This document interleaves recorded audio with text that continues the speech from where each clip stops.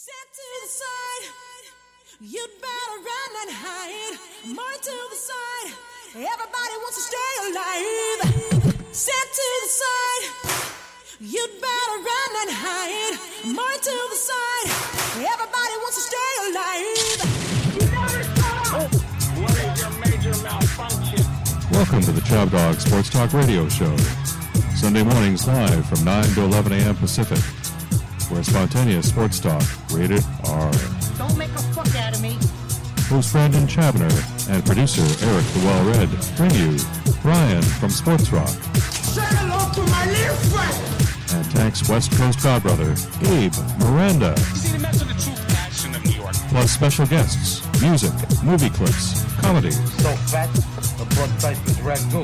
And always a little politics. It comes from China. The live call-in number is 252-585-4120. Join in the fun. Hello. And now, here's your host, ChabDog. Thank you. All right, thank you for that introduction, Well-Read. ChabDog Sports Talk Show, the Blueberry Hill edition of the show, and we'll be featuring that song at towards the end of the show with a few other things, probably playing off of the Hill concept, and we're moving full force into June. Finally got some of that bad stuff, I think, behind us largely in terms of the coronavirus and the depressive impact that had on sports and our ability to enjoy watching sports and spectating. So we've got a great show for you. A lot of stuff going on, as I mentioned, and NBA playoffs going full force, along with the NHL playoffs. I don't know if you've been following the NHL playoffs. I want to thank my co-host Eric Sauve for the introduction and putting everything together for this show. Really appreciate it. You do a great job, Eric. And so you've been following the hockey at all? Hey, ChabDog. Yeah. And I apologize for the lack of the monologue, but it kind of comes and goes. And today I just wanted to kind of start talking about sports since a lot of stuff's going on. Sure. And we talk a lot. Like I said, the things NHL on playoffs are actually.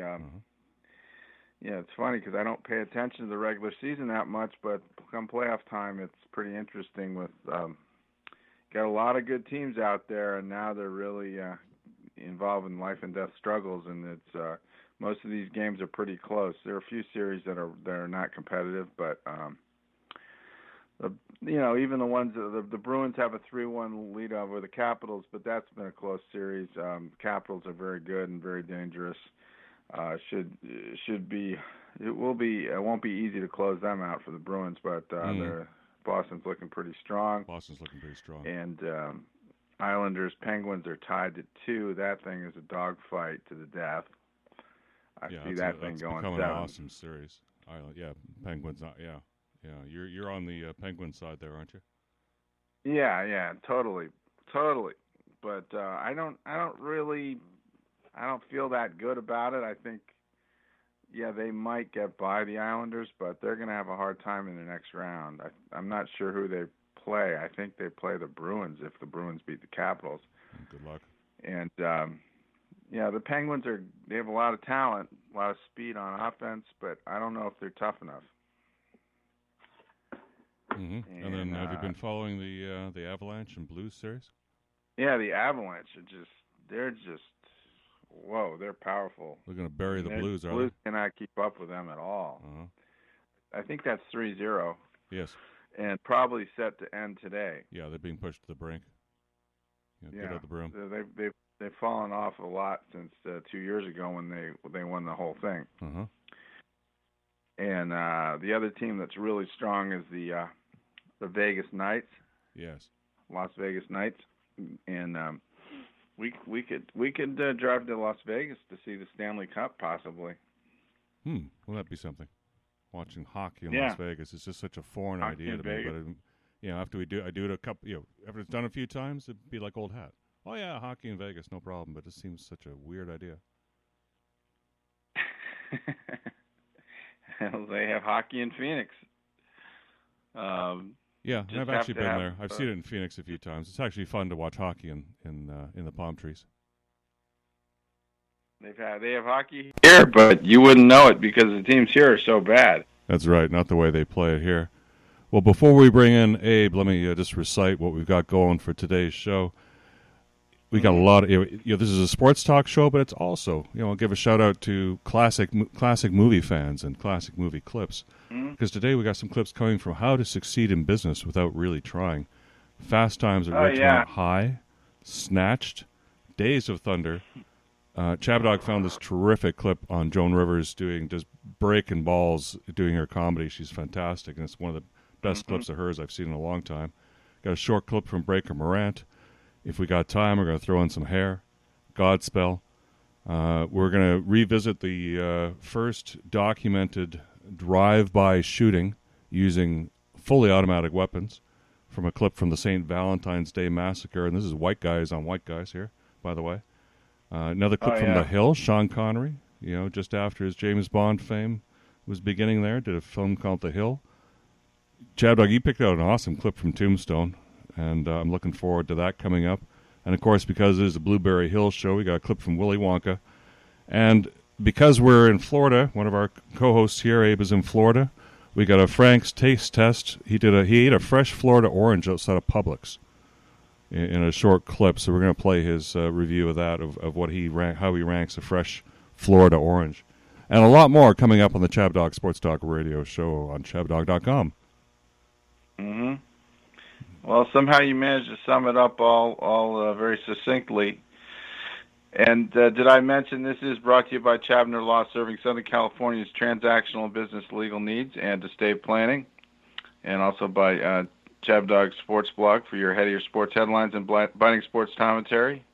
And that page is in the process of a revamp, which I guess will hopefully be done in a few weeks. So I'm looking forward to that. Well, it raises an existential question here, ChabDog, and I'm glad you brought that up because I wanted to use fancy words like existential too, in the sense that we're revamping that page and revamping what ChabDog means and ChabDog.com. We're branding the ChabDog. Yeah, this is the ChabDog Sports Talk Show, the weekly show as a part of ChabDog.com. That's a part of ChabDog Sports Talk. And we're going to have some flow on the site. We're looking forward to getting our live feeds on there from Twitter and Facebook. So that get everything synced up. Get the racing fans in there with Abe Miranda, and get to see more of Abe's pictures. Abe, I understand you're in Florida right now. Hey, how you guys doing? Yes, I am here. I'm here at Walt Disney World. I'm actually staying here at the Coronado Springs Hotel and Resort, which is actually nestled between the Animal Kingdom Park and the Hollywood Studios park here at Walt Disney World. I was just took a red eye last night, and I was fortunately able to check into the hotel early. I think we were inside the room by about 8:30 this morning. Nice. So actually it worked out really well, because otherwise I would be doing this outside somewhere, trying to, which isn't a bad thing either, because let me tell you, the view is spectacular. I mean, I think one of the funniest things that happened was I was getting on the Magic Bus, and I was taking a picture, and the bus driver goes, you can take off your mask and take a photo, right? And and we started laughing. I said, hey, I'm from California, man. I said, hey, we put our mask when we go to bed. We put the mask when we take a shower. We drive with them on. The mask on everywhere we go, and he was laughing. So we had a little moment there where. So interesting enough, here at Walt Disney World, and it was just recently, they just removed the mask requirement for outdoors. So when you're anywhere on the Disney property and you're kind of outside in an outdoor setting, you don't have to wear your mask here. So it's it's gonna be kind of a little bit of a culture shock, capturing the difference between how California has been handling COVID and how Florida has been handling COVID. And so it's kind of nice to see what, walking around the parks and especially since it's going to be in the 90s and it's going to be hot and we're in Florida, it is kind of tough to be walking around with a mask all day. So it's kind of nice to have a little freedom and flexibility. They also have, next week when I call in, I'll see if there's any other revelations on this as far as, my mask experience here at Disney World. But so far we are excited. My wife and I are extremely excited because last year we were supposed to go to Walt Disney World, and unfortunately our vacation was the exact same week when America shut down. Yes. And let me tell you something. Talk about heartache. I mean, when you've got your bags packed and you've got everything ready to go, and literally they just tell you days before that the park's going to be closed, that things are, not happening. Get and out. Then you end up spending literally hours trying to cancel things because everybody is trying to cancel their vacation all at the very same time. Fuck you, asshole. It was a very... just like that. Very, very, it was a very stressful situation last year, and it's been a journey, and this is really the first time, even though Disneyland has opened, this is really our first time that we are going to go into an operating, running Disney theme park since last year. Yeah, you must be so excited. Must be beyond yourself. ChabDog, could you imagine walking into the world again as it was before and resuming life? Yeah, it's hard to just conceive of leaving the house without putting that infernal mask in your pocket. Yeah. I guess in Florida you can do that, man. Just leave that stupid thing in your hotel room and act like a real person. And but I'm sure there are people walking around there with masks on still, right? If you're not. Yeah, you're right. You're right on that. It's I think that this is kind of a touristy place, so we are getting folks from different parts of the country, and of course everybody nobody's on the same page when it comes to mask policies. I mean, even me, I'm unsure where and when we do wear masks and when we don't wear masks here in Florida, and I'm sure there are a lot of other out-of-state tourists that are kind of dealing with the same thing. And of course, it may make a difference. For example, let's say I'm vaccinated, I feel comfortable taking off my mask, where maybe some people are not comfortable getting a vaccine, and because they have a greater chance of catching COVID and maybe getting into some of those symptoms, I mean, maybe they're being cautious in wearing a mask. So maybe they're not getting a vaccine and they're putting on a mask, or maybe they just don't know what the mask policy is like us. We're from California, and of course we're making people laugh because we don't make know. a fuck out of me. We're so used to, because we all used to wearing a mask in California. It's like that's what we've been doing for over a year, literally for over a year. Yeah. We've been doing nothing but wearing a mask. Fear porn. And not only Fear that, porn. but we've been also living in one of the strictest states as far as social distancing and closing only outdoor dining, and then closing the a little beaches. Bit of indoor They dining. closed the beaches, dude. Closed that. And they closed the beaches in LA for how long? They tried to close the beaches here in Orange County. We said no, but they tried.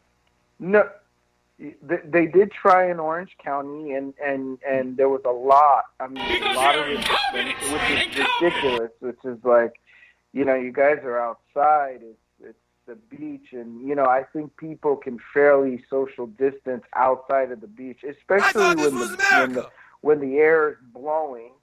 Of course, you're getting that sea breeze, so it's like, things are being dispersed because there is, great sea breeze. But LA County definitely didn't put up the same fight as Orange County did. And, I mean, they even put physical barriers between the public and the beaches here in LA County. You remember that? Remember they were putting actual barriers so you couldn't actually go onto the beach? Brandon like Brandon lives right there. Things like that. Yeah, Brandon, do you remember being blocked from entering your own beach?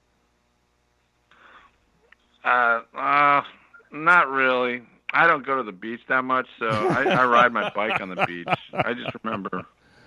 Okay, well, thanks for popping all the air out of our balloon, but I want to welcome a guest to the ChabDog Sports Talk Radio Show. This is Robert Murphy from. Robert, are you in New Jersey? No, I'm in Virginia. Virginia, okay. East Coast, but Virginia. And do you go by Robert or Bob, or I want to make sure we got it right? Right, yeah, Robert's good. Fantastic, Robin. Whereabouts are you in Virginia? I'm in Richmond. Oh, Richmond. A wonderful place. Yeah, Richmond. Great. Former capital and historic. The Old South. Old South. It was, yes. Yeah, it is. But yeah, I was born and raised here, went to high school here, and went to college in North Carolina. And then after the pandemic, I was in California for a couple of years, and then after the pandemic, I'm back in Richmond. So I like it out here. It's not too bad. Are you guys in California? Yes. The studio here is in Newport Beach, and ChabDog's up in Manhattan Beach, and Abe's in Santa Clarita. Gotcha. Well, you guys are certainly living the life in Newport and Manhattan. Well, Robert, it's a pleasure, great pleasure to meet you and have you on the show. And you're also a Mets fan. Well, you're also a Frank the Tank fan. And of course, we're big fans of Frank the Tank. We're his West Coast connection. So it's great to have you on to talk Mets, sports, and Tank. First, tell us a bit about Tank. How did you get to know Tank, and what's your relationship? Yeah, I mean, I wouldn't say we're like friends or anything. We've just connected a couple times. He was asking help for his website, Sports Encyclopedia, that he has. Yes. And so I did a little bit of writing for that. And so we just kind of connected over email a few months ago, and then corresponded a few times since then. And then I had him on my podcast. Yes. And as always, Frank was in the Electric Factory.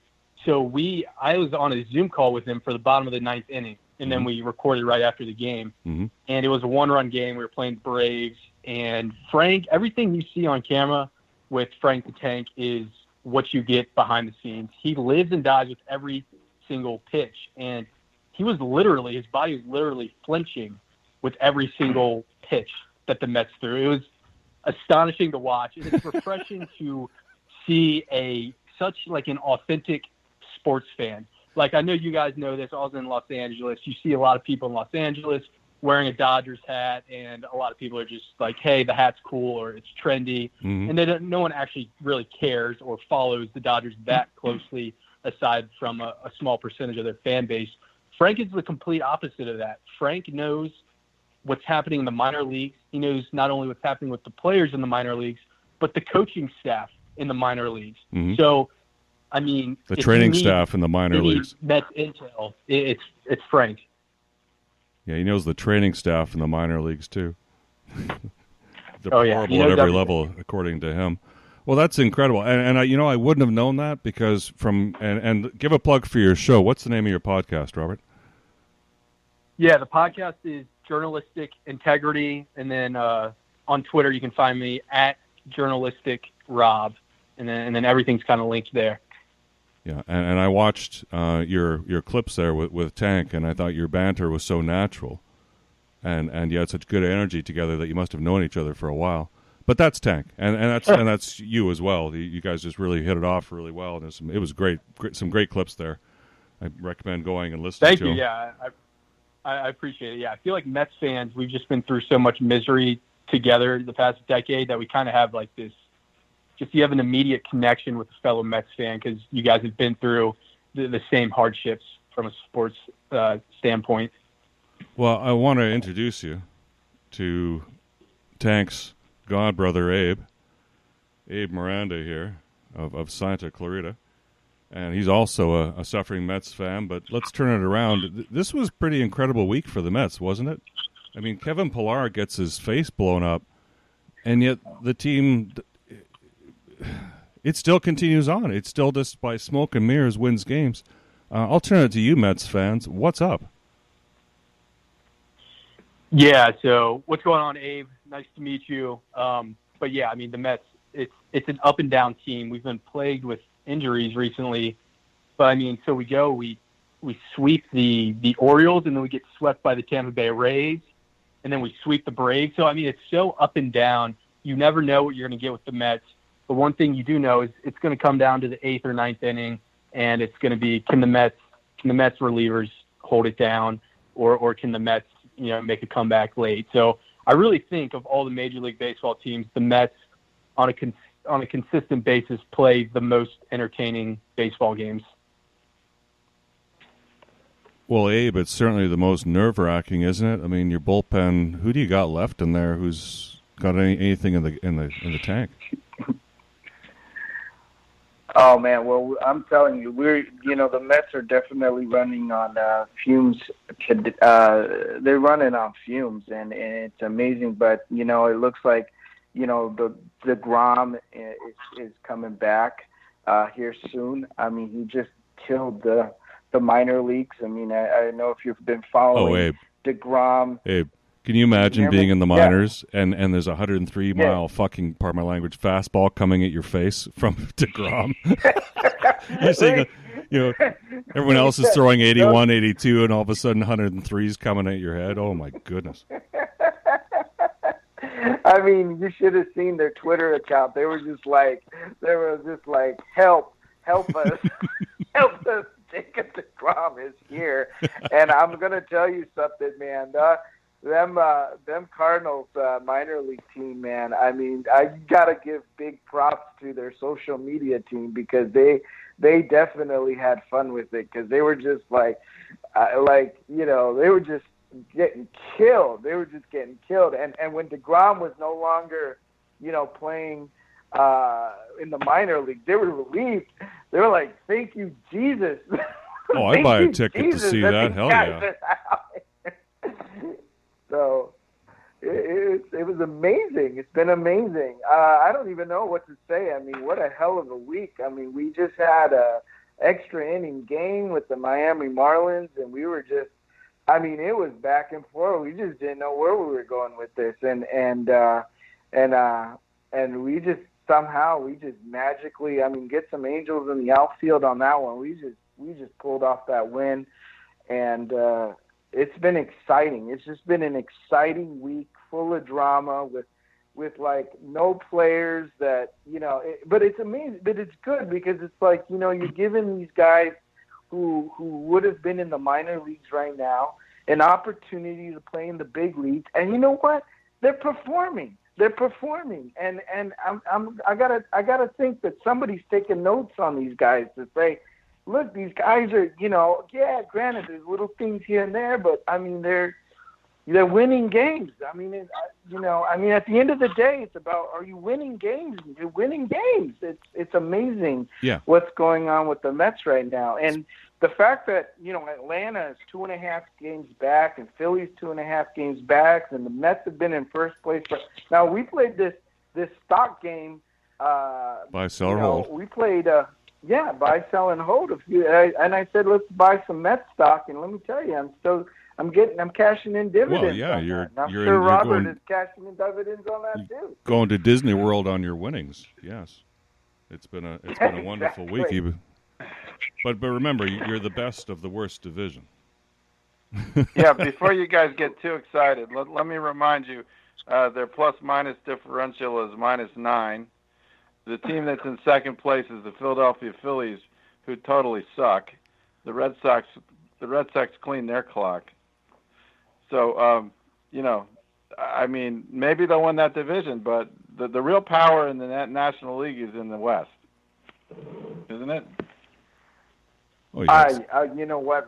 Yeah, there's you've got the West, the NL West, and between the Padres and the Dodgers and the Giants. San The Giants Francisco. are, Yeah, and the Giants. I mean, you take those top three teams right now, the San Diego, the Padres, the Dodgers, and let me tell you, it is some great.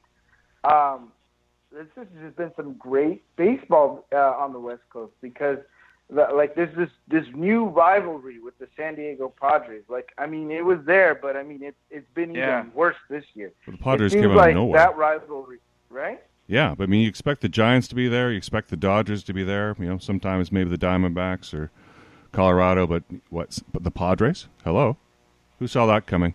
Well, here's how I think the Padres are doing it, and here's a classic clip from 1967's "How to Succeed in Business Without Really Trying." You've been with this company a long time now, haven't you? Long time. Last month I became a quarter of a century man. Oh, that's beautiful. A quarter of a century. Quarter of a century. Yeah, how long have you been in the mailroom? 25 years. It's not easy to get this medal. Takes a combination of skill, diplomacy, and bold caution. When I joined this firm as a brash young man, well, I said to myself, now, brash young man, don't get any ideas. Well, I stuck to that, and I haven't had one in years. You play it safe. I play it the company way. Wherever the company puts me, there I'll stay. But what is your point of I view? have no point of view. Supposing the company thinks. I think so, too. Well, now, what would you say? I wouldn't say. Your face is a company face. It smiles at executives, then goes back in place. The company furniture. Oh, it suits me fine. The company letterhead. A Valentine.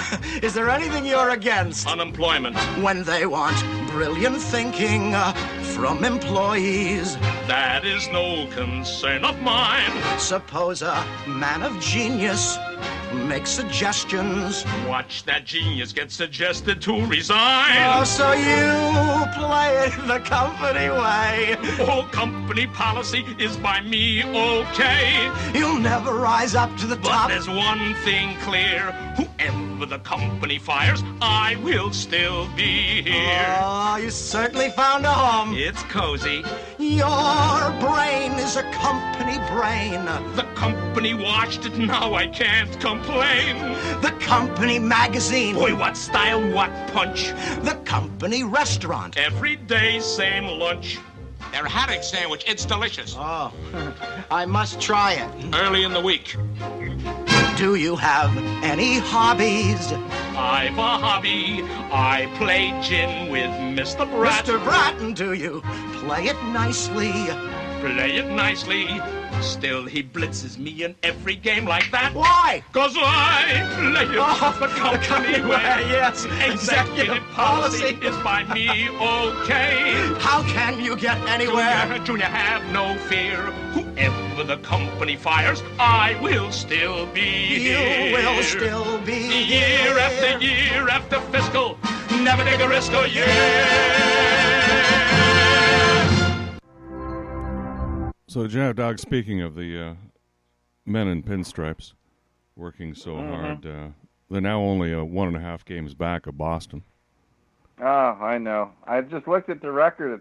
They've got a good record all of a sudden. It's 27-19, and they're creeping up on the Red Sox. So the Red Sox got well playing Philadelphia, and I think they have 1 game left today, and so. I'm still buying the Red Sox, but the Yankees will be, I think, fighting with them in Tampa Bay. It'll be those three. That AL East is good. I think that's the only division that has 4 teams over 500 because Toronto is 23-21. So, the East is back to being really good. And then, as you guys said, the NL East, it's just everybody's a game or two above or below 500, but I think baseball. Yeah, it's competitive, right? Yeah, it's all about the NL West. The Padres bring juice. The Dodgers, with all their acquisitions the past couple of years and their talented pitching staff. But did we really see the Giants? I think that's kind of a team that's gone under the radar. That they're 28-18.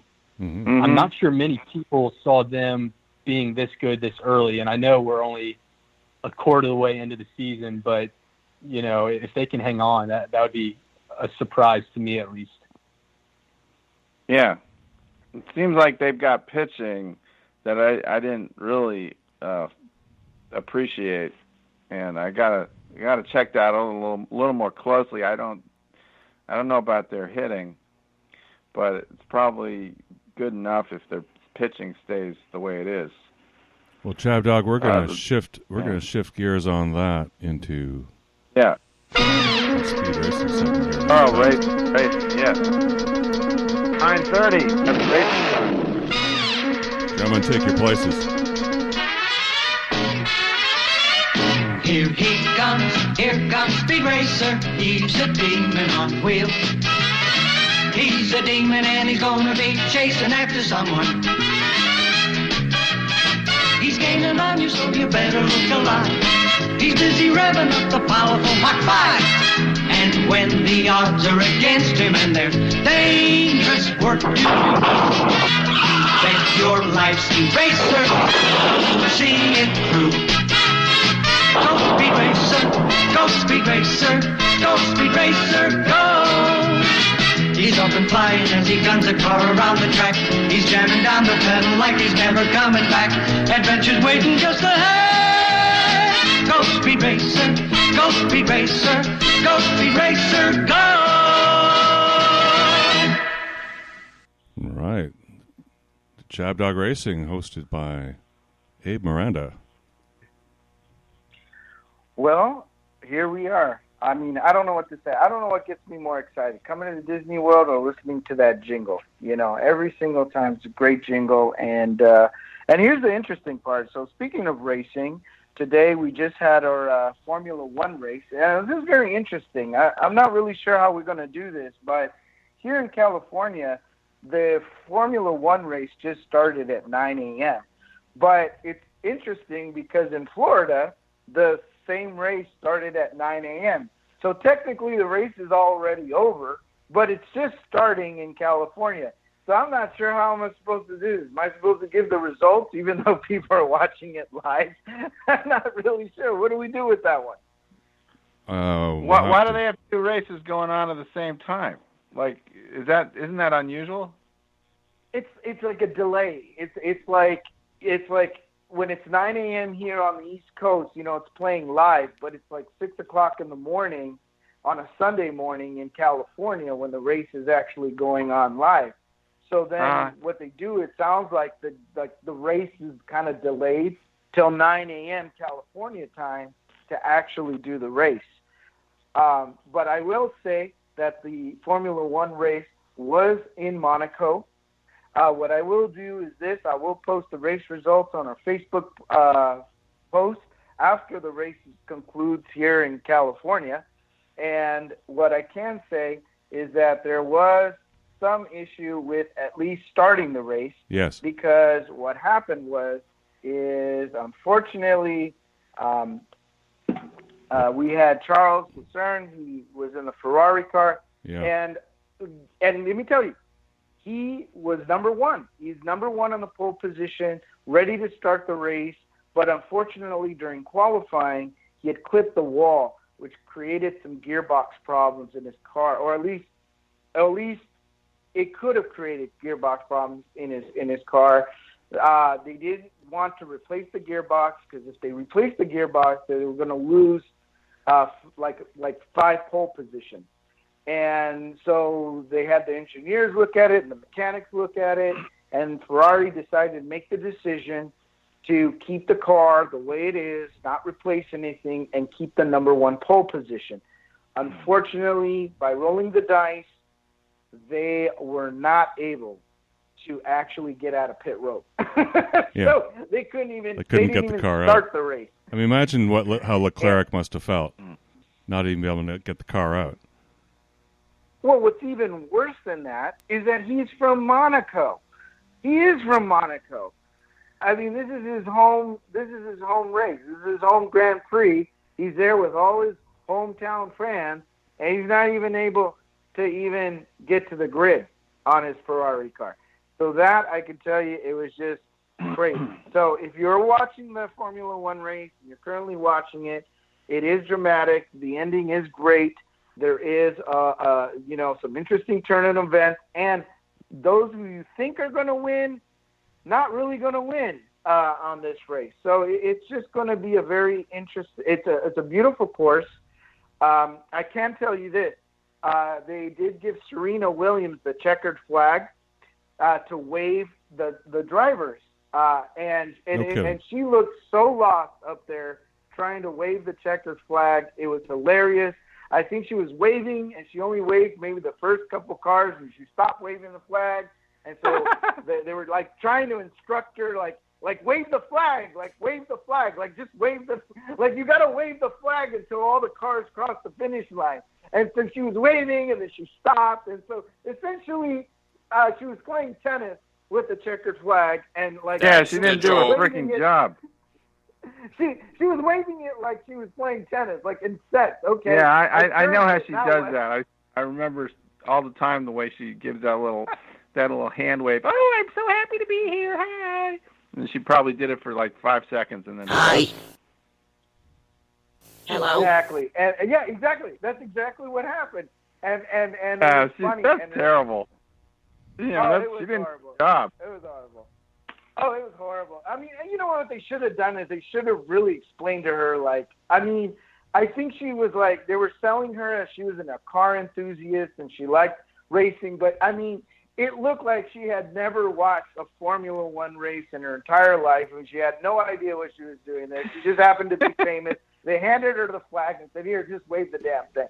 But it would have been nice if they would have just told her, like you've got to wave it from the time that when I tell you to wave it, just keep waving the flag until I tell you to stop waving the flag. Okay. I mean, something as simple as that. But, this is Monaco. They probably hate Americans anyways. They were just like, just set her up for failure anyway. Don't tell her anything. She's a car enthusiast. Yeah, she don't should tell know. her anything. She knows it all. She should have said, Yeah. Serena, get up there and wave it. Wave it like a... Uzi 9mm. Yeah, that's what they should have told her. Uzi 9mm. So, oh my God. So it was interesting. So But we got excitement happening here on this shore, though, Abe. I mean, what about NASCAR? Well, that's the thing. Let's talk about NASCAR, and that's what I wanted to jump into is let's talk about the Dryden 400, which happened at the Dover International Speedway. That happened last Sunday. We talked about it being the Monster Mile. And, of course, in that race, check this out. We had Alex Bowman taking the checkered flag in his Chevy, Kyle Larson, Chase Elliott, and I'm going to talk about the fourth-place winner, William Byron. Now, and let me tell you, this is the only time I'm going to give you the 1, 2, 3, and 4 because they were all Hendrick Motorsports. So all four cars from Hendrick Motorsports came in 1, 2, 3, and 4. And let me tell you, they are the third organization in NASCAR history to have ever done a 1, 2, 3, and 4. Okay, it was done. The last time it was done by Rouge Fenway Racing. You're going to like that brand because it got Fenway in the name. And yeah, I do. Exactly. And it was back in 2005, and it was actually the Ford 400, and interesting enough, all the cars were Ford model cars. So that was a good race. And then, of course, way back in 1956 by Peter DiPaolo Racing, he had actually, all his cars won in 1956 and 1957. So as you can see, it was a very, very rare feat in what happened last weekend. It was really great, and I don't know what to say. Now, I will tell you this. I'm going to tell you, Eric, you picked Denny Hamlin. I did. And he came in seventh. He did come in seventh place. ChabDog, you've got Martin Truex Jr. Yeah. He came down on 19th place. And, of course, I picked Kyle Busch, who unfortunately had engine trouble during the race, and he came in 27th. So, Mr. Well-Read, all I can say is you take the checkered flag for the week. You can celebrate this little checkered flag crown. You are the champion, sir, of this week. So, well, I'm going to invest it towards this week. Thank you. I'm going to invest it, though, until I want to get, like, the win-win, pick the outright winner as opposed to, but I did get the checkered flag amongst us. which is a wonderful honor.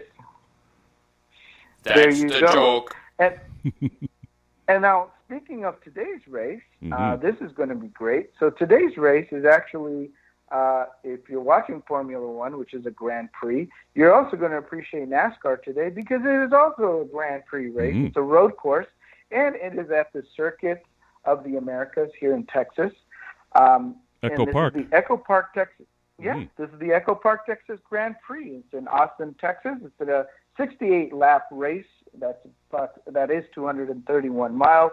It is a 3.4-mile road course. It's going to be showed today on FS1, and you'll be able to listen to it on Sirius XM NASCAR Radio 90 and PRN Radio. So when you say road course, you mean it's not on a circular track? I'm going to tell you exactly what it is. It's a 20-turn track, Grand Prix road style with 130 feet of elevation changes throughout the entire courses. Very interesting. Of course, the nickname for Circuit of the Americas is COTA, so you'll oftentimes just hear it as COTA. Yeah. And this is the first time that NASCAR races the Echo Park Texas Grand Prix at COTA. So this is the very first time it is, which is very good for today's race. Is going to be very interesting and exciting because this is not a racetrack that is traditionally run by NASCAR because this is the first time that it's done. The other interesting thing is we are having rain kind of going through the area right now. I noticed that. So it is very possible that there could be some delays. I'm not sure if there are going to be some delays on today's race, which does start at does start after a show at 11:30 ChabDog Pacific Standard Time, 2:30 p.m. Robert time. So it's going to be Mr. over there in Virginia. They're going to be seeing this at 2:30 p.m. after lunch, whereas we're just going to do it right before lunch. Robert Murphy time. There you go, Robert. You gonna watch the NASCAR race? Are you into NASCAR? Is Robert there? Robert, we still have you, Robert?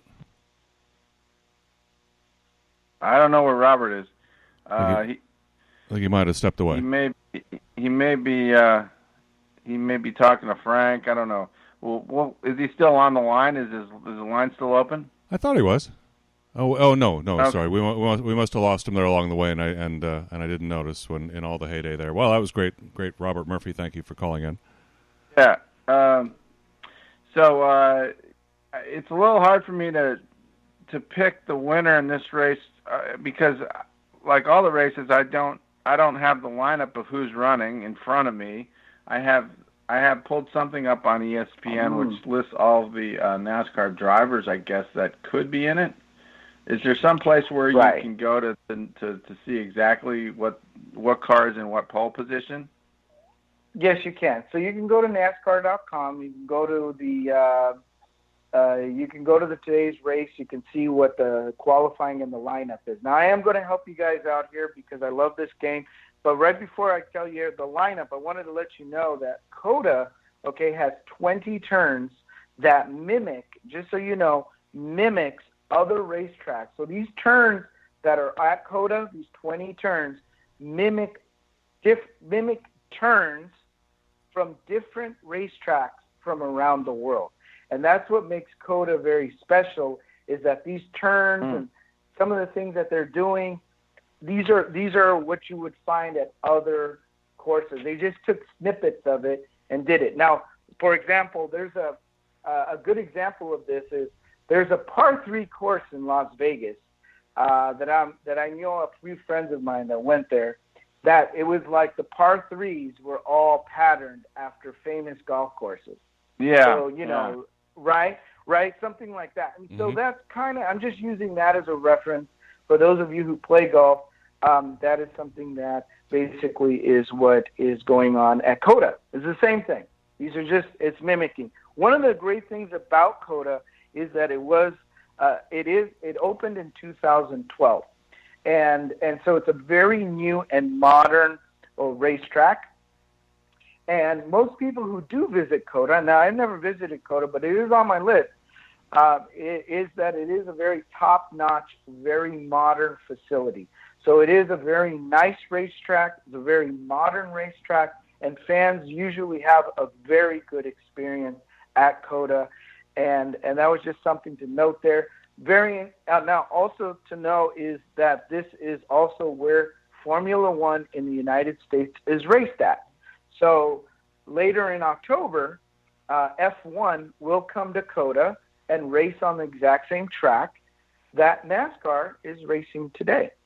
So that is very something interesting to know. So I'm going to tell you a little bit about the lineup because you asked, and I pulled it up here because I figured, you know what, let me help you guys out with this. So let me tell you, right now we've got Tyler Reddick is number one. He's from Richard Childress Racing. You got Kyle Larson in second. He's Hendrick Motorsports. You got Austin Cindric, Team Penske. Now, your first Joe Gibbs car is Kyle Busch. He's in number 4. You got William Byron from Hendrick Motorsports in 5th. Joey Logano from Team Penske in 6th.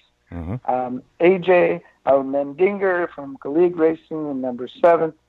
Chase Elliott's number 8. That's Hendricks. And you have Ryan Blaney, Team Penske, in number 9. Christopher Bell, another Joe Gibbs car. I know that's one of Eric's favorite teams because he loves Joe Gibbs. Christopher Bell is in 10. Then you have Kevin Harvick. He's in number 11th with the Stewart Haas Racing. Alex Bowman, 12 with Hendrick Motorsports. And then you've got Kurt Busch in 13th place. And you got Cole Custer, 14, Daniel Suarez in 15, Austin Dillon, 16. And you got Martin Truex Jr. all the way down on 17, Bubba Wallace in 18, Denny Hamlin in 19. So, of course, as you can see, some of the things that might be throwing these things off is the fact that it is a road course, that these is not your typical left turn racetrack. This is your left turn, your right turn, your right turn, right turn, right turn, left turn, right turn, left turn, right turn. Racetrack is a different kind of racing. There's also maybe a wet factor in there that we're not sure about how this is going to happen, and so this is where it shakes it up a little bit. And like we talked about, we've been talking about through these racing segments, is that every single racetrack has its own personality, and it's not the same thing. It's not a cookie cutter thing where everybody's racing the same. That's the same thing. It's not the same thing. Okay. And so this is a different personality. Abe, all right. So what do you want? Well, hold on. I've got some. Abe, I did a little research here too, and ChabDog, I found another good site for race information. NASCAR is at CBSSports.com, and they have a great NASCAR section there. And in looking at their NASCAR section, Abe, you just recounted the favorites there. I've got the Vegas odds on the racers here. So listen to how they shake it up. So they have Chase Elliott at 9-5 at the top of the list, followed by Martin Truex is a 7-2. Wow. So there's, which means and Chase Elliott 9-5, which means you bet 9 to get 5. You bet Truex, you bet 7 to get 2. So they're saying these are surer odds. Denny Hamlin is number 3 at 10-1, and then Kyle Busch at number 4, 12-1. Kyle Larson at 15-1. Ryan Blaney, 17-1. Joey Logano, 18-1. Kevin Harvick is 20-1. Alex Bowman is 20-1. Kurt Busch is 30-1. Briscoe is 100-1. Yeah, we had Tyler Reddick, 150-1. Bubba Wallace, 300-1. Wow. Yeah. So it's just a whole different. So yeah, I had some methodology in making my pick this week. That one guy is so much less likely to win. And I mean, if they're pole position, I don't know. I'm gonna go with Joey Gallo. Joey Logano. Joey Gallo. Joey Logano. Joey Logano. So at 18-1. Okay, that'll pay off well if it works. Yeah, that'll be a nice payoff when he wins. Mm-hmm. When he goes flying through the air. That was the car that went in flying through the air, right? Joey Logano? Yeah, I believe so. I believe he's the one who went flying. I believe so. He's the one who flew over Bubba Wallace's car. Whoa. Mm-hmm. Well, he's going to be on top, Blueberry Hill today. He's going to be having thrills. Well, Well, we'll update the audience next week, and we'll see who gets crowned the champion. And if it's Joey Logano, it is. You get to walk around who do for you a like? whole week. yeah, who do you like, Abe? Well, I'm going to go with this year. Don't say Denny Hamlin. Don't say it. Well, someone's got to say it. Look, Soup and Sandwich is having a horrible season. He's having a good season, but then he's not winning any races. So I'm not really sure what's going on with him. Soup and Sandwich is having some issues. That's Denny Hamlin. Mm-hmm. But I'm going to go with Kyle Larson today. We're going to go with some Hendrick Motorsports because, first of all, they're pumped up from last week's 1, 2, 3, 4, and I'm hoping. I know that there's, but again, this is kind of a free for all. But I'm going to take Kyle Larson. How about you, Eric? Who do you like? As much as I'd like to take Denny Hamlin, and considering he's number 3 on the list of Vegas favorites, I'm going to take number 2, Martin Truex Jr. To take the checkered flag this week, because I think in terms of being able to race that kind of track with all the variables that get thrown into it compared to other tracks and the rain on top of it, my gut's just telling me he's got the skills to weave his way through the calamity that's going to be occurring today. Eric, I would agree with you 100%. I think Martin Truex Jr., there's just something about him that I feel like he's going to be able to kind of take over this course. Hopefully he doesn't have any issues with his car. As long as he doesn't have any issues with the car but I'm banking on the Gibbs Racing team to have him set up right and to be prepared for the conditions.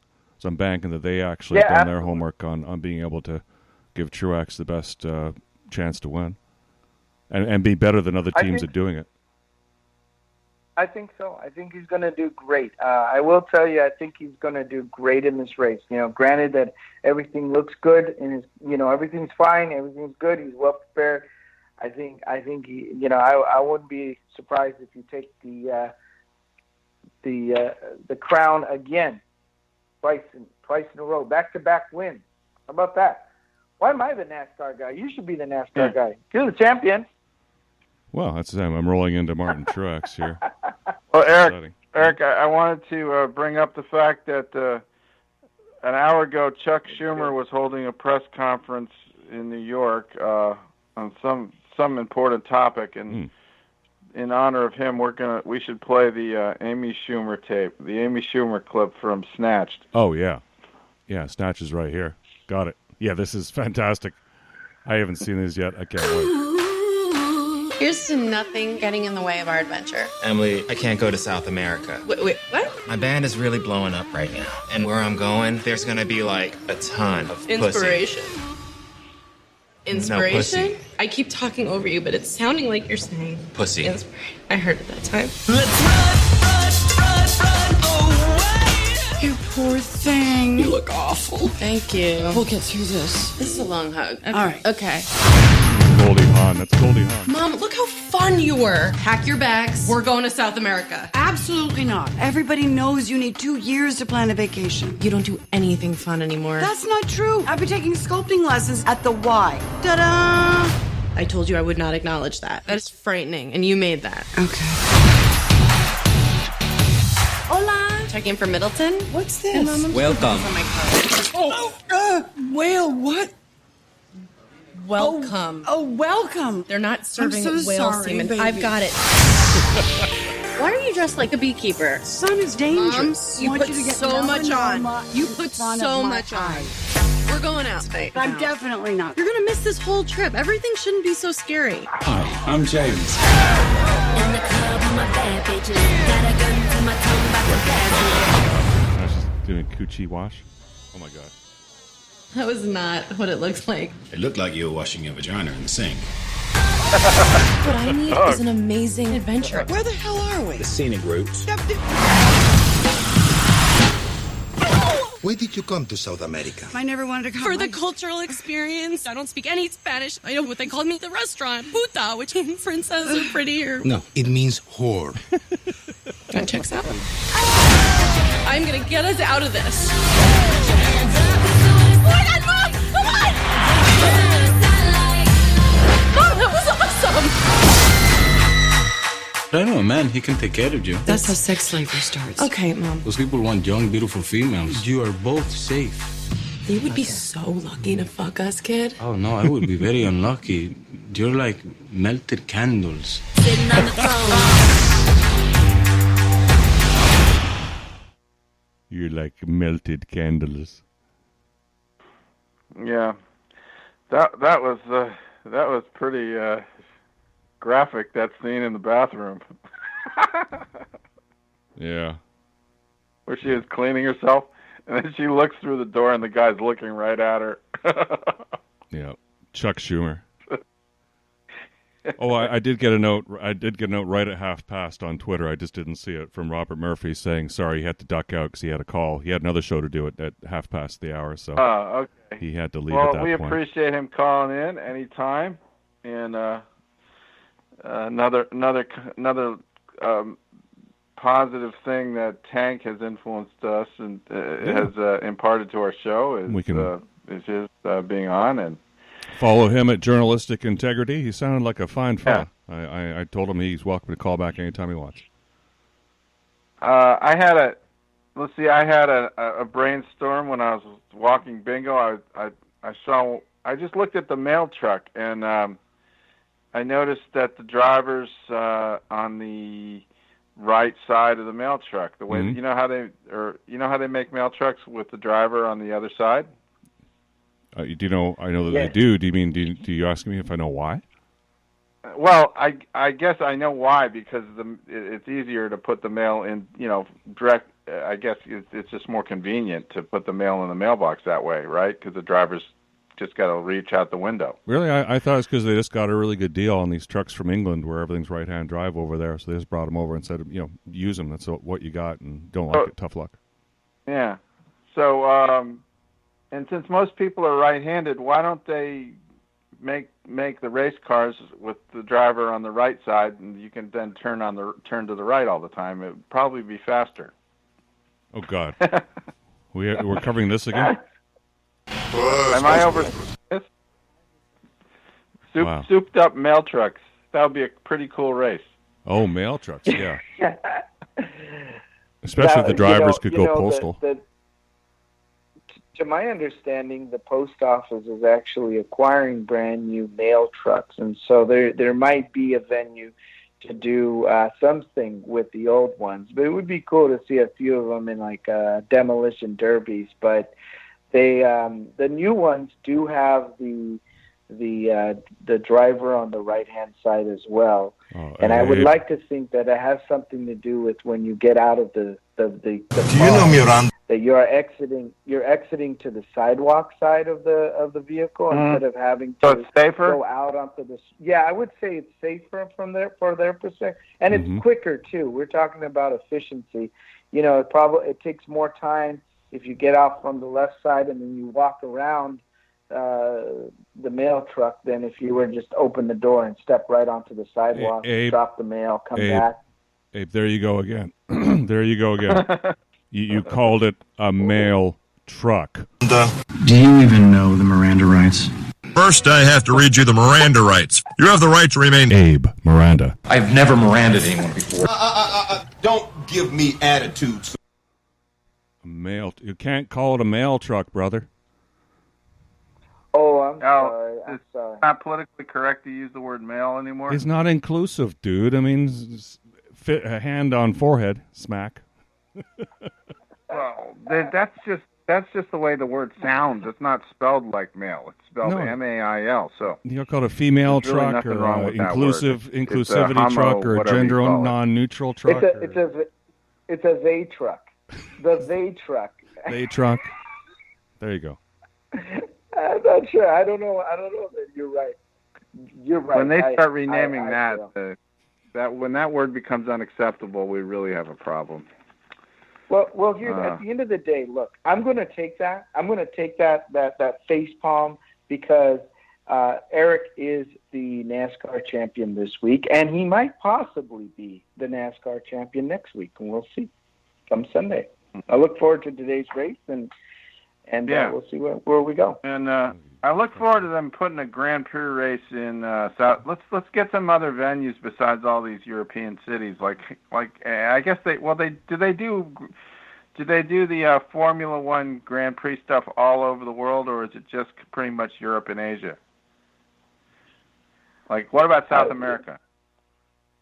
I'm not sure if they got one. And I know we got one in Australia. We have one in Singapore. We have one in like the Middle East. Oh, okay. I think they used to do one in Rio. Things like that. I remember a Rio Grand Prix at some time. That would be cool. Check the schedule for you. Yeah, they're racing past the slums and stuff like that. Yeah, I remember that. That's how it was sold back in the day. It hasn't run for a while, but I do remember that. But we're coming down to that time of the show here. All right. We're going to go to the break. And my suggestion is to play some Joan Rivers. I want to hear that. Yes. Yeah, I'll cut right to Joan Rivers. But stick around All right, we'll for be Joan back Rivers hour and two everything else. ChabDog Is just Sports where Talk, we probably talking some NBA, NHL, and God knows what else. Oh yeah, we got lots of what else. So coming up in the second half of the ChabDog Sports Talk Show. Stick around. We're told that greatness is exceptional when it should be expected. You choose every day to live your life intentionally, without apology for how bright your light may shine. So go be great. Go be brilliant. Go be you. Go defy life. The Defy Life movement is one that speaks to each of us in its own way. Defy Life gear speaks to us all by reminding us that one size does not fit all. Visit DefyLifeGear.com to get fitted for greatness.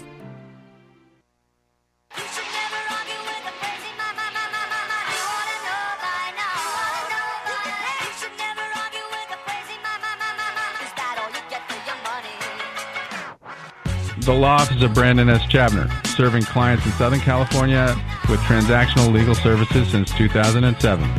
We handle general, corporate, outside counsel type work, drafting and negotiating a wide variety of business and commercial contracts, including non-disclosure agreements, independent contractor agreements, and employment agreements. Our experience includes working with public and private companies and involves a broad range of industries, including healthcare, consumer products, real estate, and high technology. Mr. Chabner has over 20 years of legal experience, having worked for some larger national firms and serving as general counsel for a multi-million-dollar private company here in Southern California before starting his own legal practice. His educational credentials include a law degree from UCLA, where he was on law review, undergraduate degree at Yale, where he graduated magna cum laude, and an MBA from Harvard Business School. Other areas of focus for Chabner Law include press release and business plan editing, pre-litigation matters, and debt and mortgage resolution work. You can contact us at 310-698-0740 and at bchabner@chabnerlaw.com. Like ChabDog said, he was 100% right. He can take all comers. You know, some magnesia is a dip, which I find very effective. You never have to make dinner. Where's everyone going? My sex life has... Can we talk here? My sex life has changed. In the beginning, we'd have, make love, and we'd sit up and we'd talk. Now, 10 minutes after we make love, he goes right to sleep. I'm always screaming, please, keep your eyes on the road. I mean, it's just... Make up your mind. No, but it's... And it's because I'm not good in bed, okay? You should know yourself. Know thyself. It all goes back to my first sexual experience. I should be good in bed, because my first sexual experience was at 12, this afternoon. But my sex life is so bad, my G-spot has been declared a historical landmark. And it's been so long since we've had sex, I can't remember which one of us gets tied up. It's just... It's my favorite joke. I love that joke. Last night I got completely undressed. I said, to him, Edgar, what does this remind you of? He said, our trip to Sag Harbor. And so what you try to do is you compensate in other ways. Like, do you decorate a lot? Decorate, well, either your body or a cake or your house. Yeah, because I've been decorating. I find if there's no sex, then, like, make other things pretty. I have a gay decorator now. Vance, don't ask. We started with my bedroom. I now have 3 walkout closets. And we put a ceiling mirror now in my bathroom, which is really hot, except when you're flush, you think everything's coming at you.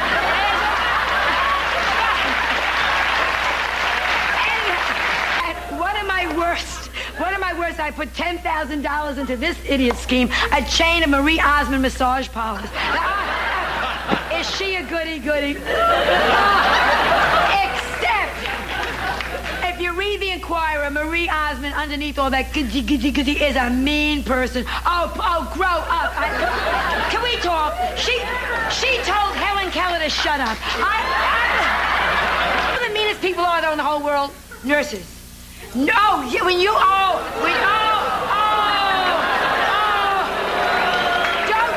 sure, all the men are going, yeah, well, they like me. Let a woman ask the nurse for help. That's where there is a woman. Am I right? Go try to have a baby. Nurse, the baby's coming, not in my ward. Oh, they are nasty.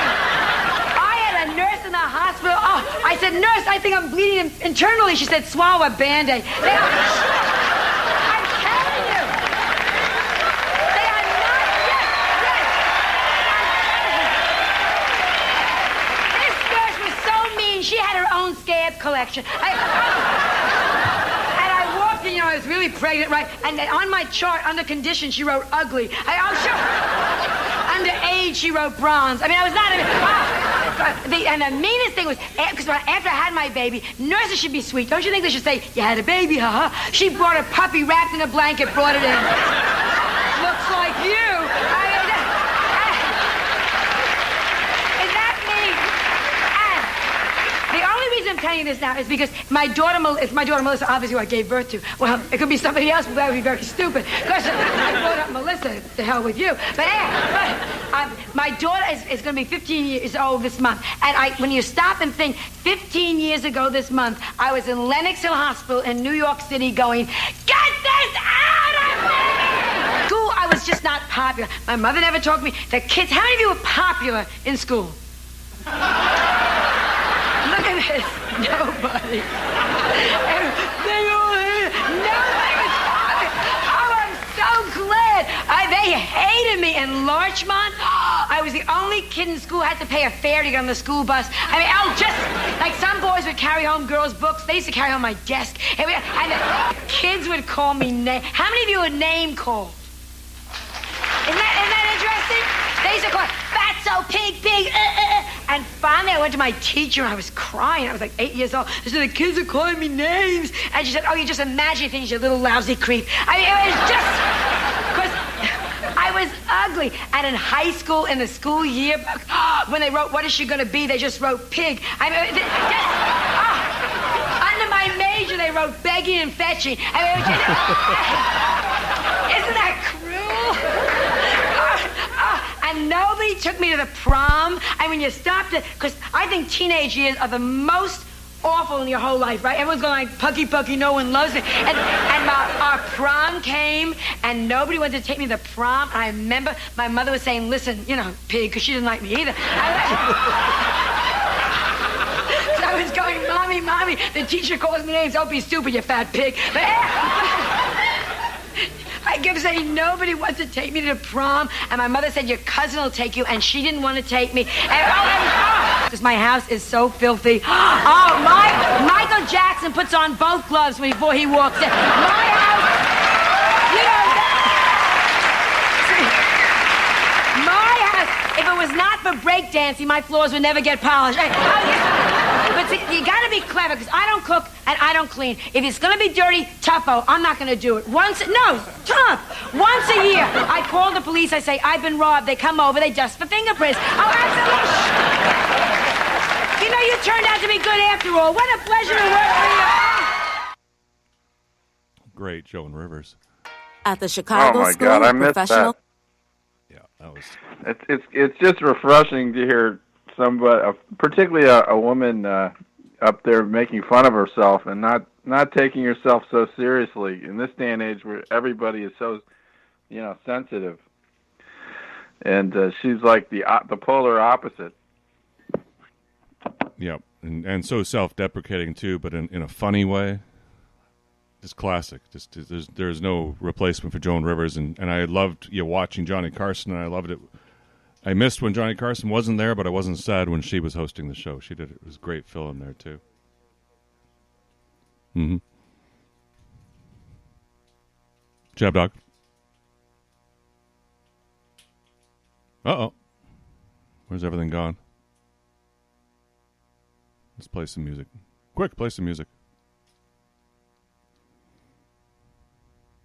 Roll Tide. Roll Tide. Roll Tide. Roll Tide. Why would anyone want to go to Auburn? Roll Tide. Roll Tide. Do they not want to win a championship? A one-loss Bama team still goes to the playoffs. We can put the 2016 one right here. A two-loss Bama team should go to the playoffs. I don't know what we're going to do for 2017. Daniel Tosh does look like Lane Kiffin. Lane may be the best offensive coordinator. What is Lane Kiffin doing? Run the ball. Another bubble screen? I hate Lane Kiffin. We lose tomorrow, I'm not going to class. We lose tonight, not going to Innisfree. If we lose this game, I'm not going to church. Does Auburn even have a defensive coordinator? Run the ball. I'd never date a Barner. I don't like farm animals either. I don't care if we won by 30. It didn't look that good. No. JK is a beast. He averaged 45 yards. You're back, ChabDog? Yeah, sorry, I disconnected myself. Oh, phew. I can stop panicking then. Abe, do we still have you? So, I interrupted my own point there. That was good. I think we don't have Abe. I'm not sure why. Maybe we still have Abe, or he must be around somewhere. Did we lose him? Yeah. Well, he'll call back. back. Joan Rivers, I grew up watching her, listening to her on Carson. And, she had a nice joke once where she said, I have good news and bad news. The bad news is I found a gray hair this morning. The good news is it was on my chest. No. Imagine a woman saying that. Kind of like Tim Tebow. Did you hear the news about Tim Tebow this week? Yeah, well, he's going into a new sport, right? Yeah, it's called football. But is he really? What is he going to try to play? What position? He signed tight end. Tight end with the Jacksonville Jaguars. Is he big enough to be a tight end? He thinks so. He seems like he's not. I think he's like 6'3". Well, Urban Meyer thinks so. Basically my size. Well, 6'3", yeah. 230. That's big enough. You can do tight end to that size. You used to be able to anyway. Can you? Well, we're going to soon see. I mean, usually I think of these guys as more like 6'5". I mean, it's just in this day and age, everyone's getting bigger, and the really good tight ends are usually a little taller, a little heavier. But and he does he? I don't know what kind of. Yeah, I mean, maybe he can do it. Let's see. Be the first quarterback to turn into a tight end, right? To my best of my knowledge, yeah. I don't know anyone else has pulled that off. It's just fun to have him come back. But hey, worst comes to worst, we'll see him on a Corona commercial. Yeah, like Snoop Dogg and Kenny Smith and Tony Romo. A lot of people on. You can replace Tony Romo. Tony Homo Romo. Hey, okay, so name the quote. I'll read the quote, and you tell me who said it. So this fellow said that, quote, Bill Belichick is a lying piece of shit in 1995. Bill Parcells? No, this was a player. He was a player at the time. Late in his career, but he was still playing. Was it somebody for the Patriots or the Browns I'm trying Browns. to get. Can you give me a hint? Browns. Oh, it was the Browns. Uh-huh. Now the challenge is to figure out who came from the Browns at that time period. Vinny Testaverde? No. I'm not. He was only, and as it turns out, he was only with the Browns for a few weeks. Oh, well, I'll never get this. But it's a big name. I mean, unless you give me a really, really big hint, I don't see how I could. I don't know enough about the Browns. Okay, I'm surprised he can still remember it and talk about it today. Jim McMahon. Holy smokes! How did you do that? Wow. Well, because I remember you said a few weeks ago, at some point you said you made some derogatory comment about Jim McMahon's mental. Hey, Dick fucking Tracy. Dick fucking Tracy. Yeah. But okay. Yeah, Jim you picked up McMahon, on that. So there, it's nice to know I'm listened to. He doesn't pull any punches. That guy. No, he no. tells you exactly what he's thinking. So he was. Thank you. He was recounting an incident he had in 1995 when Belichick was coaching, before he was fired from coaching the Browns, when Belichick said to him in the offseason, hey, get a place in Cleveland here, move over here, and I'm going to have you on the roster. Don't worry about it. You're covered, but get your ass over here so when I need you, you'll come in, you'll be there, and I can just grab you.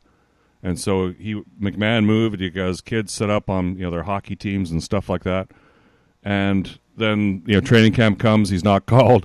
And then it's coming up to week 1. He's still not called. He's getting delayed. He calls Belichick. Says, "Don't worry, I'll get you in, and we'll pay you for the back weeks you've been waiting here."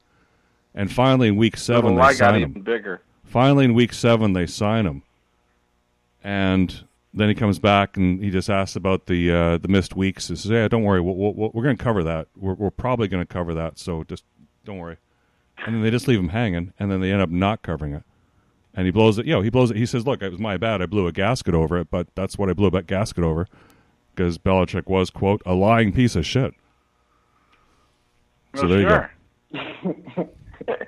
I'm sure a few folks in Tampa Bay would agree.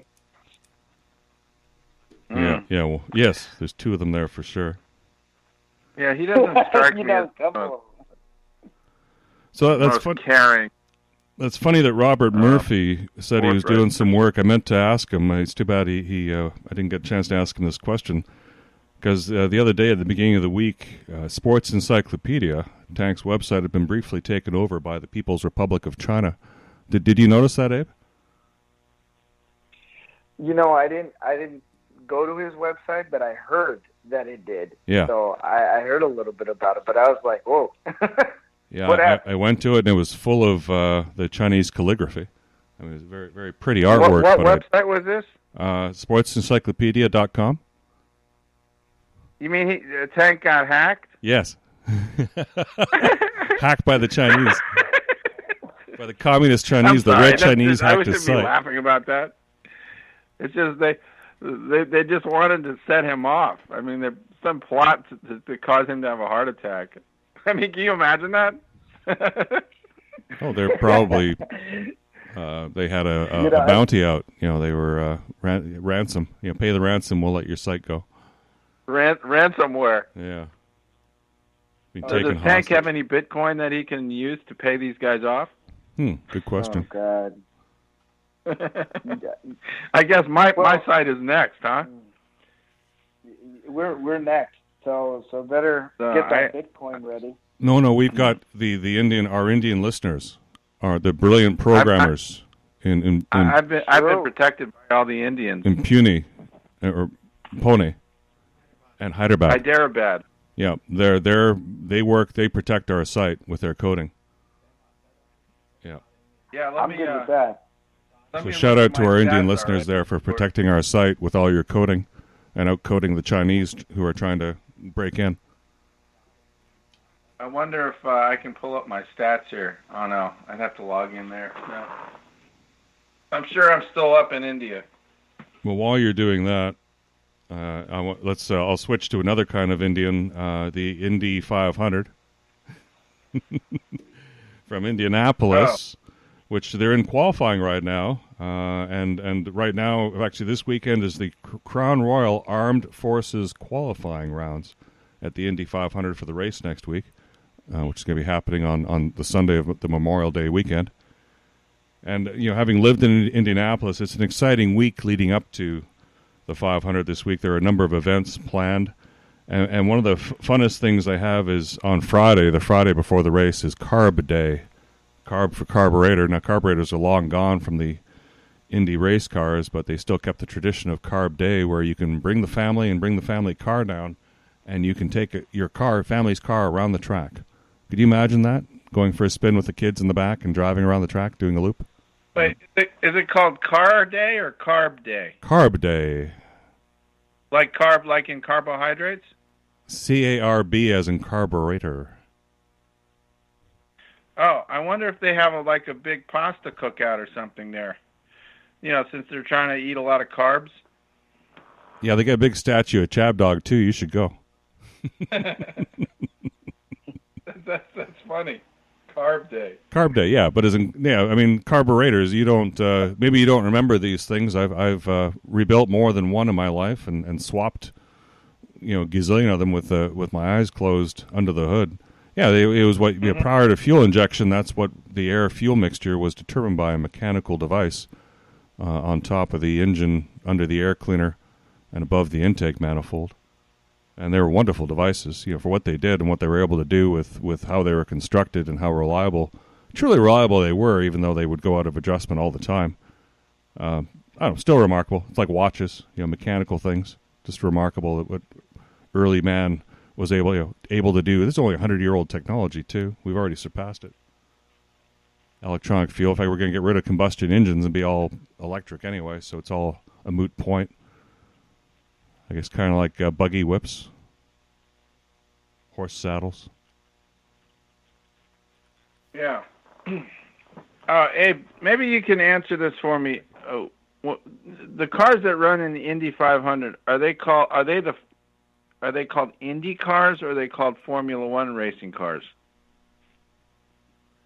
Indy cars. I mean, so how many other IndyCar races are there during the year besides the Indy 500? Oh, there's quite a few. Yeah, they race weekly. Yeah, I mean, we don't really talk. We don't talk about that, do we? We don't. We're kind of slowly integrating different kinds of racing into the segment because it's a 30-minute time. So I'm just trying to see what fits.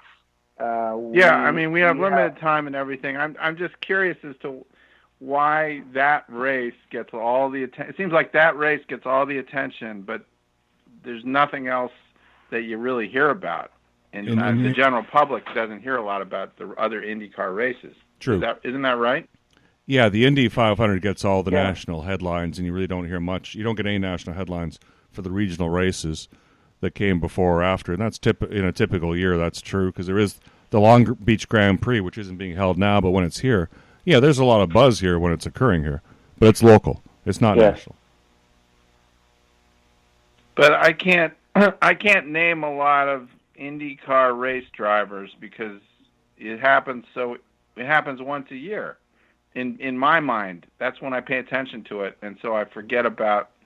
So I'm just trying to think of the great IndyCar drivers over the years, and I could come up with a few names, but I don't even know if I'm right. Like, is AJ Foyt IndyCar?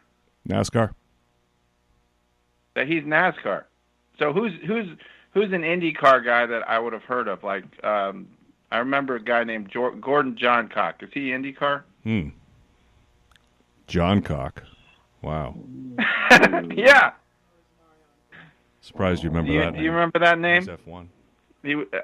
I don't know. Like, who's won the most Indy 500s of all time? Oh, jeez. Do you know that?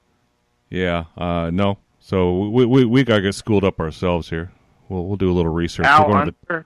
What about Al Unser? Bobby Unser? He's NASCAR. Well, they're how about NASCAR. Jimmy Johnson? Do you know Jimmy Johnson? Yeah. Yeah, Jimmy Johnson. He races in IndyCar. Yeah, he's both, but there are not many people that cross over. They're guys that do both, right? Yeah. Yeah, they're the exception. Like Marco Andretti, Juan Pablo Montoya. These are names that we've heard in the past somewhere in racing. Romain Grosjean. He was in Formula One, and he's in IndyCar. But I think probably Jimmy Johnson would be somebody that you would hear. Yeah. And so sometimes some of these guys they go, they do both or they come back. But it's America's version of open wheel racing, and it's beautiful. I have I know friends that really love IndyCar. I was thinking about if it was something we wanted to incorporate into the future.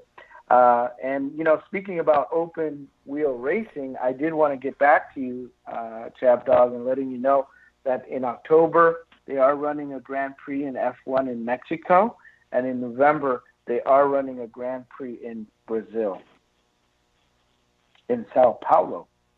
Oh, good. I wish I was there. What? So you could get kidnapped? Make it happen. Yeah, we just saw the. I want to clip. see those. I want to see those Brazilian women blowing their vuvuzelas. Dude, I don't want to get the ransom call at 3 a.m. Okay. Yeah. It's like, I got to raise some money for what? That's my bucket list. I'm sure he told you he has no money, and I'm sure he told you I have no money. So why are you calling? Yeah, you can try to attack me, but I don't have any Bitcoin for you. Sorry. Tell you what, I'll FedEx you a 6-pack of Coors, and we'll call it even, okay? Chuck E. Cheese token. Well, if you need an excuse to go to Brazil in November. Okay, international action. Speaking of action, are either you gentlemen watching the 103rd PGA Championship from Kiawah Island, South Carolina? I'm not, because like I told you, mentally I can't get my brain around watching the PGA in late May. Well, dude, it's still golf. To me, that comes on in August, in the dog days of August. Mm-hmm. When there's not a lot else going on, then it's nice to have the PGA in there just to kind of fill the time, fill the gap. But for some reason, they decided to stick it in right in between the Masters and the U.S. Open. I don't know why they're doing that. Gee, you really sound like you're violated. Like they stuck it in your. I just don't like change. I don't like changes like that. I like my life to have a certain flow, a certain ebb and flow and pattern, and I get used to things happening at a certain time. And they took the PGA and they screwed around with it for some reason. I think they felt like it kind of was getting lost in August, but that's when everybody goes on vacation. That's when people like to have a sleepy golf tournament on to watch. Okay, how about you, Abe? Are you watching any of this? Are you getting any news on the PGA? Well, I do know that I was watching a little bit of it yesterday, and I saw that Phil Mickelson is doing pretty good. Just killing it. And, Phil Mickelson. And I like Phil Mickelson because, I'm left-handed. Yes. And he's left-handed. And he's left-handed. And so lefty. Yeah, and so I'm left-handed too, by the way. Yes. Oh, no way. ChabDog is left-handed, and Wacky Hot Mess is also left-handed. So I'm the only right-hander here, folks. It's kind of a Jewish trait. More Jews have a higher percentage of lefties. Wow. It makes sense because it's genetic. Well, yeah, and Abraham, it makes sense too. So he's left-handed as well.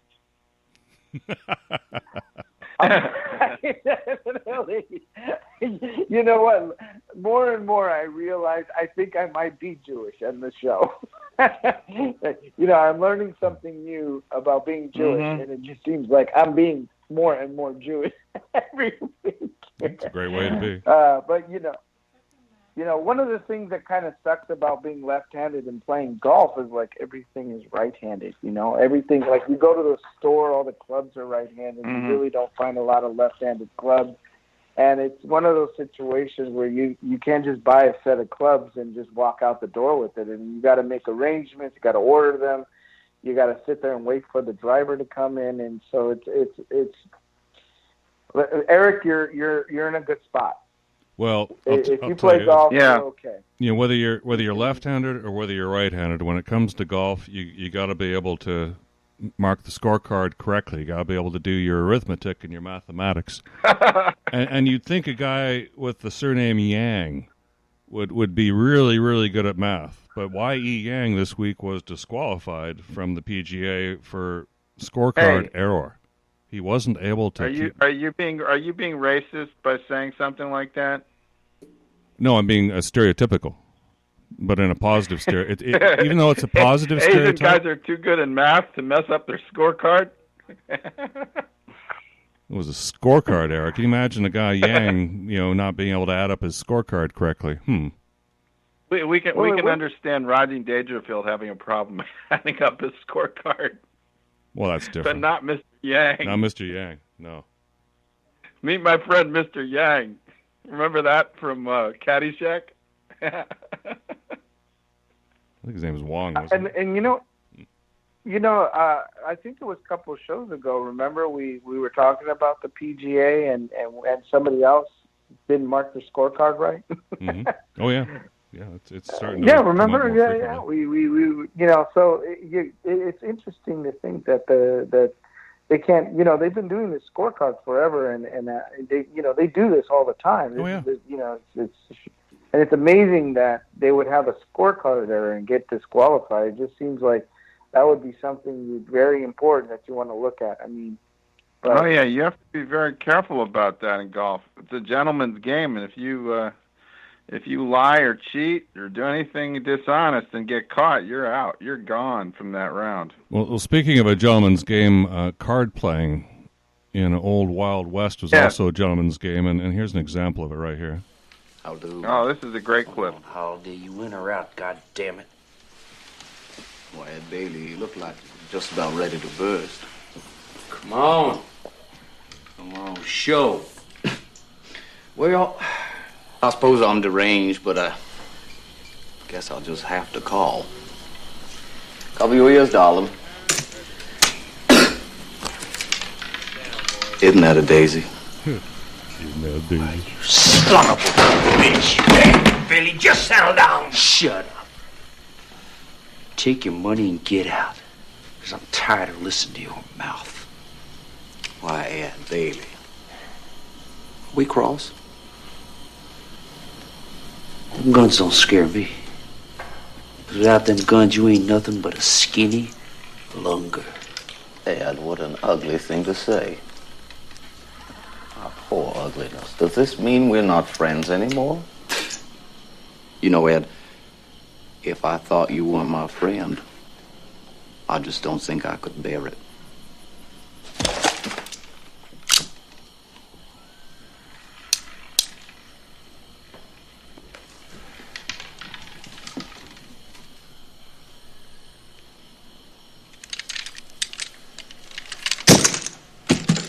There. Now we can be friends again. Puts his guns on the table. Grabs him and stabs him with a knife instead, but he did have his hands around his neck, Val Kilmer's neck. So. Touch that gun, I'll burn you down. The ladies got everyone else at gunpoint. Now they're stealing all the money on all the tables. Gentlemen. I calculate that's the end of this town. I had a boy at the hotel pack us up. The horse is outside. So that's why you're not wearing a bustle. My sweet, soft Hungarian devil.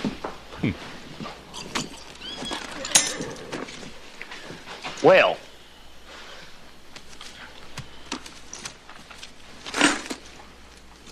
Good evening, then.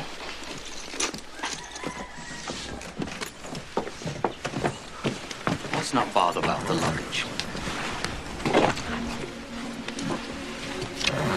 Oh, no, it's kissy-kissy.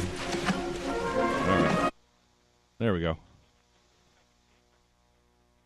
That was with Billy Bob Thornton, right, as the bad guy? No, it was Val Kilmer. Wasn't Val Kilmer was Wyatt Earp, right? Or no, Doc Holliday. Doc Holliday. Oh, so that was that the clip with Kurt Russell also? Dude. No. I thought you were playing the Tombstone clip with Kurt Russell. Were you on magic dust or magic mushrooms? No, I guess I got them mixed up. Is that the other one? I'm not clear on what that clip was. They were playing cards around the table, and the fellow he was playing with didn't like losing, and he lost. Oh, And he okay. threw down a royal flush. I thought I sent you a clip with Kurt Russell for the, because he was in Tombstone, right? Yeah, Kurt Russell. Well, I don't remember his role in there. Was he in there? I don't know. I thought the clip involved Kurt Russell, and Billy Bob Thornton was the bad guy, and he put the fear of God into him. He does. Well, that's not the one you sent. If that's the. That's not the one. I sent you a different one. Okay, that's fine. Okay. Glad we got that It's a all little hard when we're not in the same room. We're not always on the same wavelength. We were when for Jim McMahon. That was pretty. Oh, I know. 90% of the time we are, but nobody's perfect. So my bad. But moving on. Speaking of left-handers, you know who's also left-handed? Gene Wilder. The guy in the hair clip I sent you, Treat Williams. I know that because I saw him in a TV series where the way he had that left-handed way of writing, where he's got his wrist in front of his nose and he's got it all contorted and he's writing. A lot of lefties write. Do you write that way, Abe? Yes, I do. I write left-handed. I bat left-handed. I golf left-handed. But You're play a pure the guitar right-handed. But it's interesting because I can play the guitar. I can play a right-handed guitar. When I play the drums, for example, I play drums in like a right-handed drum kit, not like Ringo Starr. Like Ringo Starr, he was a left-handed, and he was lefty too, and he kind of played like with the hi-hat on the right-hand side of his body instead of the left-hand side of his body, I think. Ringo Starr on ChabDog. Yeah. Abe, Too bad I don't have any Ringo songs. In fact, I'll ask both of you this separate question here. Abe, you first. We don't have Ringo, but we got bingo. We got bingo. Yeah. Do you wipe with which hand do you wipe with? Oh, God. You got to do it with your right hand. What? Even a left-hander uses their right hand? I always use my right hand. Abe? The left hand's the good side. Well,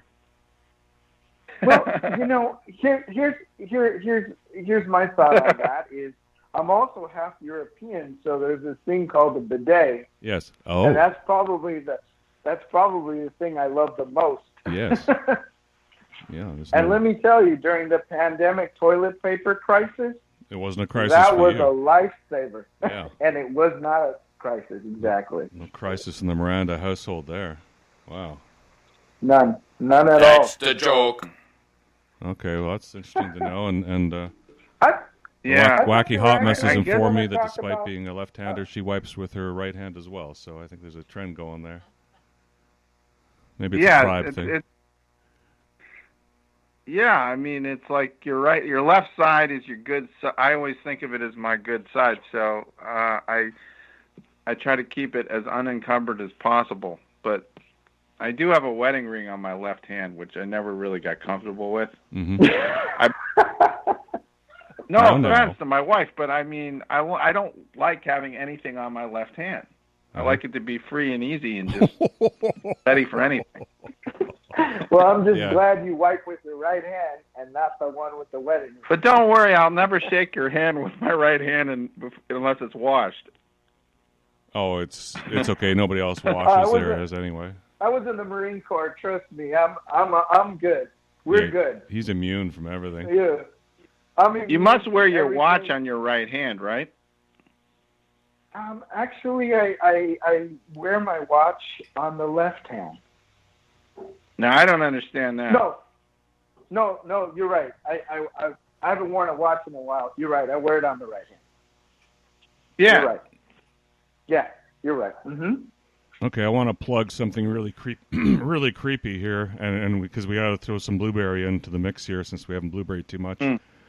I don't know about you, but I thought Gene Wilder and Willy Wonka and the Chocolate Factory was a really just sublime and frightening movie. That these characters here were just the weirdest, and that Wonka had a child fetish. But just listen to it yourself, and you come to your own conclusion. It's all. Don't you know what this is? By gum, it's gum. Wrong. It's the most amazing, fabulous, sensational gum in the whole world. What's so fab about it? This little piece of gum is a 3-course dinner. Bull. No, roast beef, but I haven't got it quite right yet. I don't care. Oh, I wouldn't do that. I really wouldn't. So long as it's gum, then that's for me. Violet, now don't you do anything stupid. What's it taste like? Fabulous. It's tomato soup. It's hot and creamy. I can actually feel it running down my throat. Stop. Don't. Why doesn't she listen to Mr. Wonka? Because, Charlie, she's a nitwit. It sure is great soup. Hey, the second course is coming up. Roast beef and a baked potato. Mmm. With sour cream? What's for dessert, baby? Dessert? Here it comes. Blueberry pie and cream. It's the most marvelous blueberry pie I've ever tasted. Holy Toledo, what's happening to your face? Cool it, Dad. Let me finish. Yeah, but your face is turning blue. Violet, you're turning violet, Violet. What are you talking about? I told you I hadn't got it quite right yet. You can say that again. Look what it's done to my kid. It always goes wrong when we come to the dessert. Always. Violet, what are you doing now? You're blowing up. I feel funny. I'm not surprised. What's happening? You're blowing up like a balloon. Like a blueberry. Somebody do something. Call a doctor. Stick her with a pin. She'll pop. It happens every time. They all become blueberries. You've really done it this time, haven't you, Wonka? I'll break you for this. Oh, well, I'll get it right in the end. Help! Help! Oh, we gotta let the air out of her quick. There's no air in there. That's juice. Juice? Would you roll the young lady down to the juicing room at once, please? What for? For squeezing. She has to be squeezed immediately before she explodes. They just recycled the It's a fairly munchkins simple from operation. Wizard of Oz here. I've got another puzzle for you. Oompa loompa doompa da dee. If you are wise, you'll listen to me. Gum chewing's fine when it's once in a while. It stops you from smoking and brightens your smile. But it's repulsive, revolting, and wrong. Chewing and chewing all day long. The way that a cow does. Oompa loompa doompa dee da. Given good manners, you will go far. You will live in happiness too. Like the Oompa loompa doompa dee doo. With you for this Wonka, it's the last thing I ever do. I got a blueberry for a daughter. Oh boy, there you go, blueberry. Yeah, Eric. I just realized, there's always some rhyme or reason to my my clips, and the relationship between them. Sometimes that goes unnoticed, but I sent you one. You know who the guy is that was the father of Veruca Salt, Mr. Salt? Yes. The fat guy. Yeah. Okay. Oh, I recognize him. Yes, I do. He's from Roy Kinnear. So what other clip did I send you with him in it? The St. Valentine's Day Massacre. And one other one. And another one. No, I don't know about the St. Valentine's Day Massacre, but I sent you the one about the Hill, the movie The Hill. Oh, he's in The Hill too. Yes, we got The Hill here. Yeah, he's in The Hill. Yeah, let's roll The Hill here. This was fascinating. The Hill. Sean Connery. Bold. Exciting. Explosive. See that hill? I noticed it as I came in. We built it special. 2 tons of sand and rock and a lot of labor and sweat. Stop that! Ice! Not you, Roberts. You're going to continue dabbling. Roberts? Bravo! Sean Connery, as you have never seen him before. On your feet and you listen! No, you listen! The Hill, a story of men pushed to the breaking point and beyond. We're both regulars. You'd prop up dead men and inspect them if you was ordered to. Oh, you quit, eh? I quit the army, and this is what I think of British justice. You're going into the Commandant dressed like this, lad? Unless you got a top hat and a bone to put through me nose. Get this maniac out! Out! There!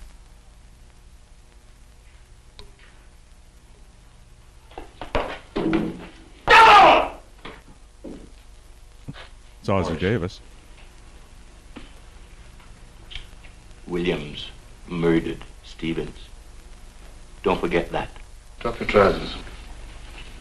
Any serious illnesses? Like what? Any recent incapacities? Well, I wouldn't brag about it if I had to. Roberts, in this place it pays to give a plain answer to a simple question. Then I'm fit, sir. Yes. Where are you sending me? To a stud farm.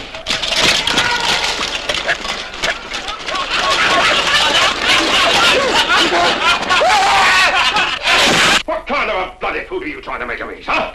The complaint against Williams came from Staff Harris. Harris, what have you told him? I told him the truth, sir. The truth? What the hell are you talking about? It's Williams. It's me? Me? Who the hell runs this place? I'm in charge of discipline here, sir. Then you look after your department and I'll look after mine. Don't try and cancel out my orders. I'm running this place. You ain't running this place, Bert. Williams is!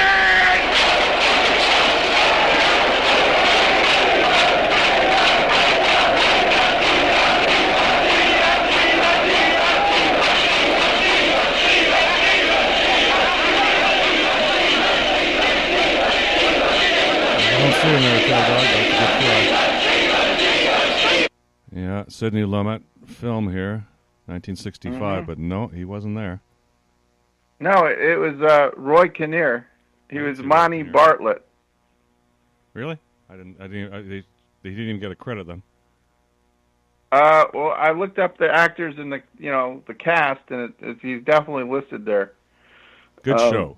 He was one of he was like the fat guy that was getting picked on, one of the soldiers. Mm-hmm. And he had a hard time getting up and down the hill. Which one of the three little pigs played him? What's that? Which one of the three little pigs played him? English, motherfucker! Do you speak it? Little pigs? Yeah, little pigs. He's I found my thrill on Blueberry Hill. On Blueberry Hill. When I found you, the moon stood still on Blueberry Hill. It lingered until my dream came true.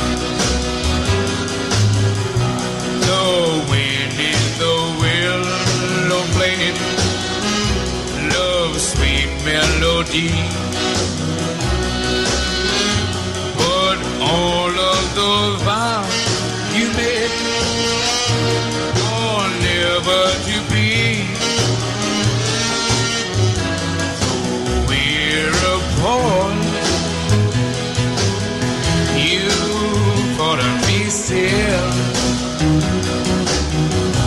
for you were my thrill. On Blueberry Hill,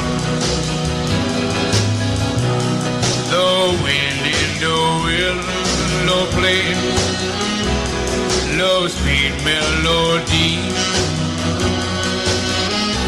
but all of those vows you made were only to be. So we're apart. You thought of me still, for you were my thrill. On Blueberry Hill.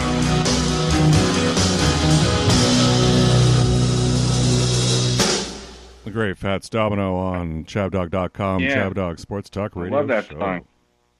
Love that song. Mm-hmm.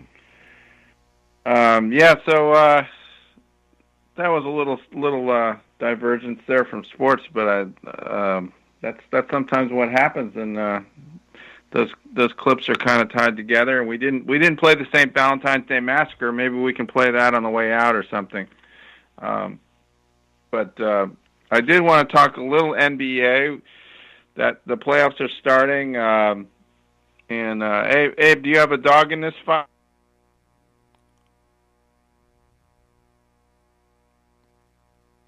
Abe, do you have a dog in this fight? I think it is. Let me see here. Who are we going to go with? I like. What about the Brooklyn Nets? What about? Oh no, you don't like the Brooklyn Nets that much, huh? What about them Lakers and the Phoenix Suns? It's going to be good. I know. Well, Lakers should be worried. They haven't played. They didn't have a very good regular season. I know that LeBron was out for a lot of it, but meanwhile, Phoenix has one of the best records in the league, and if not the best. And Phoenix. They got a lot of. Phoenix has a lot of talent, so I would look for Phoenix to win this first game.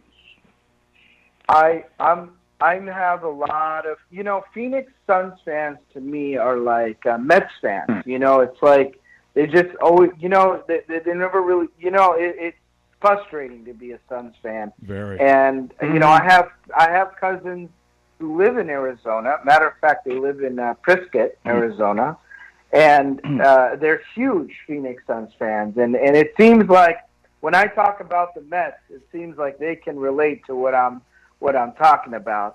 And I'm actually really excited about the Phoenix and the Lakers.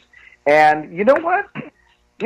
Fuck the Lakers. Let's see the Suns. Let's see the Suns win. Let's see the Suns win. What do you think That's about coming that? from I love it. A Southern California guy. He just said blank the Lakers. Well, I say F a lot of things, I mean, I'm a Mets fan. I mean, Yeah, I Mets live fan in living in SoCal, Santa I'm a Mets Clarita. fan. You should see how frustrating that is. And but I do, hey, look, the Mets are winning. They're doing great. Let's give the Phoenix Suns fans the same sentiment. I mean, didn't LeBron just hurt his eyeball? Didn't he just, cry over something? Oh, did he? Win Did the he scratch Oscar? his eye? He did something. Didn't he win the Oscars for something? And he was being dramatic on something. Oh, yeah. Recently. Yeah, he always gets dramatic. It's like his Yeah, right but to be dramatic, demand preferential treatment.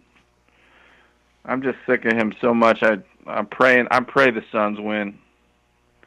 I will tell you this. And between the Lakers and the Clippers, okay, because the Clippers are playing Dallas, between the Clippers and the Lakers, I would say, hey, come on, let's go Clippers. Okay, I'm willing to say as a Southern don't get on California that guy, bandwagon.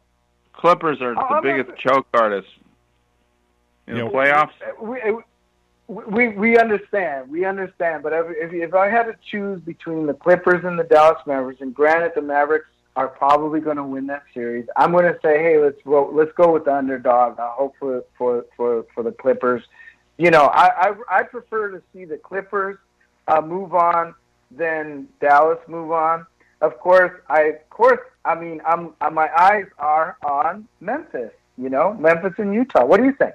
Memphis and Utah. I'm going to go with Memphis. Oh, Memphis! Personally, because Memphis has good young players, but they're not going to beat Utah. No, Utah has a good record. I think they're first or second in the West, and they've had a great year. They got a lot of good players. Nobody that's all world, or Donovan Mitchell is pretty good, but they're just a better team. ChabDog, we would be remiss. Right now. The hell's that? Well, okay. Yeah. We would be remiss if we didn't mention that the Grizzlies eliminated Golden State on their way to playing Utah, and I just want to pause for a moment and cry over the Warriors and Steve Kerr being knocked. He's eating a lot of ass right now, Mr. I won't go to the White House to celebrate my team's victory with the president or the American public. Kerr. How the mighty have fallen, and how it looked then that this could go on for 5 straight years, them just crushing the rest of the league, and now they're a bunch of nobodies. Isn't that funny? Yeah, all good things come to an end, and that dynasty crumbled. So they got Kevin Durant went to the Nets, and now the Nets are one of the best teams in the league. Yeah, I'm riding the Nets. I'm on the Nets bandwagon. They're the Nuggets. I like the Nets. I like the Nets. I like. I've seen them. I mean, I know they're leading Boston. I don't think I've ever asked you, ChabDog. I mean, who is your team? Who is your basketball team? Are you Celtics? Yeah, I'm Celtics. Not real hopeful about this year. I think they're in the playoffs, but I think they're gonna lose to the Nets in that series. They don't have enough talent. One of their best players is hurt, so as we like to say in the NBA, they're shorthanded right now, playing like dwarves. Mm-hmm. Well, they're shorthanded. Tank is definitely getting excited for the NBA Finals, and he is really, really excited for the Brooklyn Nets. I mean, he's been a New Jersey Nets fan since the 1996, I believe. And interesting enough, I think before that he did like the Phoenix Suns, but I think the Brooklyn Nets are doing good. Yeah. Mm-hmm. The other team from New York is also playing well. The Knicks are in the playoffs, which is a bit unusual, and they're playing the Hawks today. So, that's actually going to probably be a pretty good game. Both those teams are kind of up and coming teams. That's to make a trip to Publix even more Floridian, more Floridian. Guys. You know what I could do? An orange. Look at this orange. This might be the freshest orange you can get because it's just plucked from a tree and taken to Publix. In fact, they pluck it from the tree and bring it to Publix the next day. I mean, the rest of the oranges, the crappy oranges, they send up to the north. Screw you, New York. Screw you! You want an orange? Here's an orange, New York. Up yours. Well, I'm going to see how a truly fresh Florida orange tastes in Florida as I peel the skin back. Look at that. Look at it. You can smell the freshness. Look at this. Look at that. It looks like it was just cut off the damn tree, like recently. The smell alone.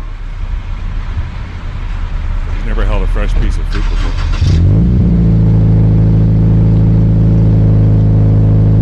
This damn beer might be the best orange I've ever had. I want one. Takes another bite. Eating a Florida orange in Florida in a Publix parking lot for the Frank fruit test. Does it get more Florida than that? I don't think so. 8.6. That's all he can give an orange in Florida is 8.6? I mean, Abe, what? How can he rank that only? Yeah, how can it get any better than that? I thought he'd be better than that. That sounded like that was right off of the tree or something. Yeah. How could that only be an 8.6? I have no idea. Those things are just so weird. Anything. He's being an Florida orange mush. That's what he's being, a Florida orange mush. Mm-hmm. Stop crying. Just, you know what? I mean, anytime you can. Listen, I'm in Florida right now, so I'll give you my rating. How about that? How about I try to go find a Florida orange out here, and I'll give you my rating. Yeah, we want to have an Abe's. Let's have an Abe's taste test there. Yeah, do an Abe taste test. Yeah, Florida as a matter orange. of fact, Wednesday I'm going to the Kennedy Space Center on Wednesday, and so we rented a car, and we're going to head out there, and we're going to spend the day. And we like to break it up. We like to break up the trip. It's not just about Walt Disney World. We usually try to make some sort of outing outside of the theme parks and explore Florida. If you live in Florida, God bless you, because we love coming to Florida. We love visiting Florida, and we love seeing different parts of Florida. So even though we're at Walt Disney World, we try to take on new adventures. We try to visit different places, and then it gives us a break from the daily grind of theme parks. So we do that. Oh, yeah, Cape Canaveral's great. I love heading down there. You'll drive. Yeah, it's not that long from Orlando, and you'll get down on the Cape there and drive down to the end to Kennedy Space Center. and they've got the Apollo equipment still there.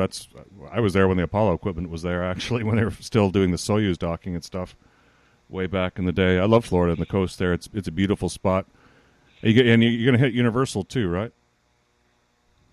Well, we did that on a previous trip. Okay. I would say moving forward, we will try like SeaWorld. We haven't been to the SeaWorld out here. And then, just explore different things on future adventures to Florida. Mm-hmm. I'll see if on my way to Cape Canaveral, we can stop by and find a place where I can get a good Florida orange.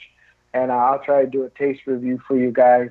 And I'll throw that up on the Facebook group. So dude, you got to do it in front of a Piggly Wiggly or a Publix or something. And don't miss the Tiger Woods theme park, where it's right nearby because that's right outside Orlando there, where they've got it set up where from behind women swinging clubs at you from behind trees and coming out of moving cars and things. They'll attack you in the parking lot. All right, sounds juicy. Well, I think we're at the end of our rope, our allotted time for this week's show. So time to say goodbye for the week, and we'll be back next Sunday. And anything you guys want to say before we go? Yeah, I think you first. It's been a great show. I would say oompa loompa oompa dee dee, ChabDog the shit. What can I say? Brandon and Eric are also awesome. About to go outside and take my mask off. Reporting live from Florida. I hope to see you guys next week on Sunday. All right, Abe. Well, I hope you don't turn into an orange or something. Or blueberry. Orange, yeah, exactly. Turns into an orange. That's perfect. See, we end out perfect. So I might actually turn into an orange this week. We'll see. All right. So Eric, why don't you play? Why don't you go out with the St. Valentine's Day Massacre and maybe the hair song? Actually, I was going to mix it up. I was going to go recommend going out on a real high upbeat and hit Queen, Keep Yourself Alive. Oh, okay. And then followed by the St. Valentine's Day Massacre for those who want to stick around and listen to it at the end of the show. Okay, yeah, do that then. That's great. If that's good with you. Song. And then I'm my final comment walking out the door is for those that might not have noticed, A-Rod, of all people, launched a makeup line this week. And this is not a joke. He launched a makeup line for men. Yes, A-Rod's makeup line for men was launched this week. Go to your store and get some makeup. I told you his name shouldn't be A-Rod. It should be Gay Rod. Well, no, I think it's what happens when you have Madonna pause. He's not with J-Lo anymore, and he's suffering from effects, the symptoms of Madonna pause, which include hot flashes and breakouts in one's complexion. So he needs this makeup to get over the Madonna pause he's suffering from right now. And Jennifer Lopez dumped him, didn't she? Yes. I just always hated A-Rod because of the way he slapped that Red Sox first baseman's glove in that playoff game. I don't know if you remember that, but they always joke about how that looked like a loose-wristed slap that you might see somebody the opposite sex do. Oh, careful now, ChabDog. But yeah, everybody remembers that, and everybody will remember that, and even Yankee fans, longtime Yankee fans, think it was undignified behavior of a Yankee. But hey, we still won the World Series, so what the heck? All right, well, we're gonna go out. I gotta run upstairs and do walk something. Bingo. So gonna walk bingo, right? Yeah, something like that. Very good. Hey, happy birthday to Mr. Ben. Yes. Yeah. Oh, yeah. We got to open up some presents too. Fantastic. Well, happy birthday, everybody. All right. Thanks, guys. Just keep yourself alive. Keep yourself alive.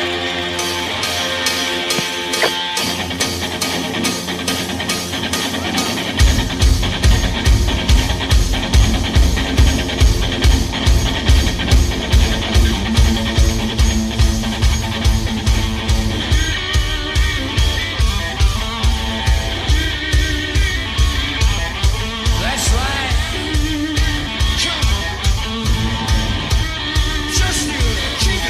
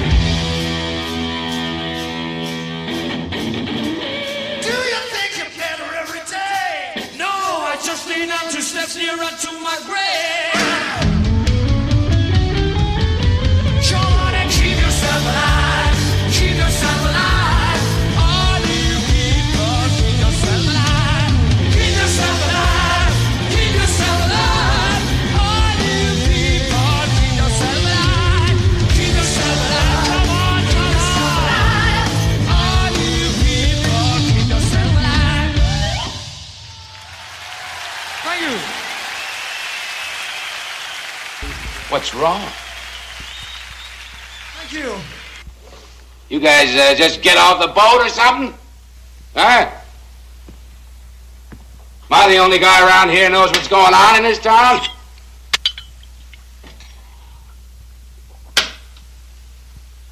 Now let me give you some real facts. Not the kind of loving kisses we've been getting from our good pal Jake here. Nobody has to tell me we're making money out in the stockyards or any place else on the south side or the west side. But what about the north side, Jake?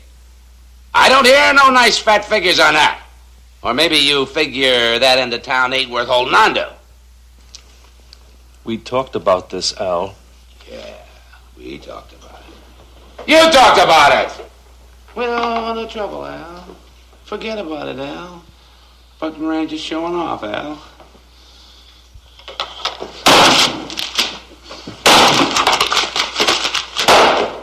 That's what I think of your figures, Jake. Now you're gonna get some of my figures. Since Labor Day, Bugs Moran's Bugs push our bill out of 28 joints South Chicago Avenue alone. That don't sound like much, does it? Huh? 28 joints. What's 28 joints out of 12,000 peanuts, right? Right? Al, if you just listen to reason... Shut up! Sorry, right now I'm doing the talking. There's something else. Take our pal Jack McGurn here. Now, Jack's a nice fella. Does as he's told. He keeps his nose clean. I wish I had a couple of hundred like him. So what happens here? A month ago, damned if a punk of Moran's don't up and turn a chopper loose on him. Tony Lombardo. My pal Tony. Went to his funeral. I cried at his funeral. I bawled like a baby. Here's a guy, never carried a gun in his whole life. Middle of the loop, 4:30 in the afternoon, 2 slugs through the back of the head, put there by a couple of Bugs Moran's red hots. Al, now, just think a minute, huh? I mean, going after Miranda, it just ain't good business. Business! I'm talking about staying alive. Try getting it through your cement head that what Moran's pulled so far, that's just for openers. He wants me. He wants me dead. The way D and Abanion wanted me dead. The way Jaime Weiss wanted me dead. Right down there on 22nd Street. Middle of the day. Damn if that crazy Pollock don't come looking for me with a whole army.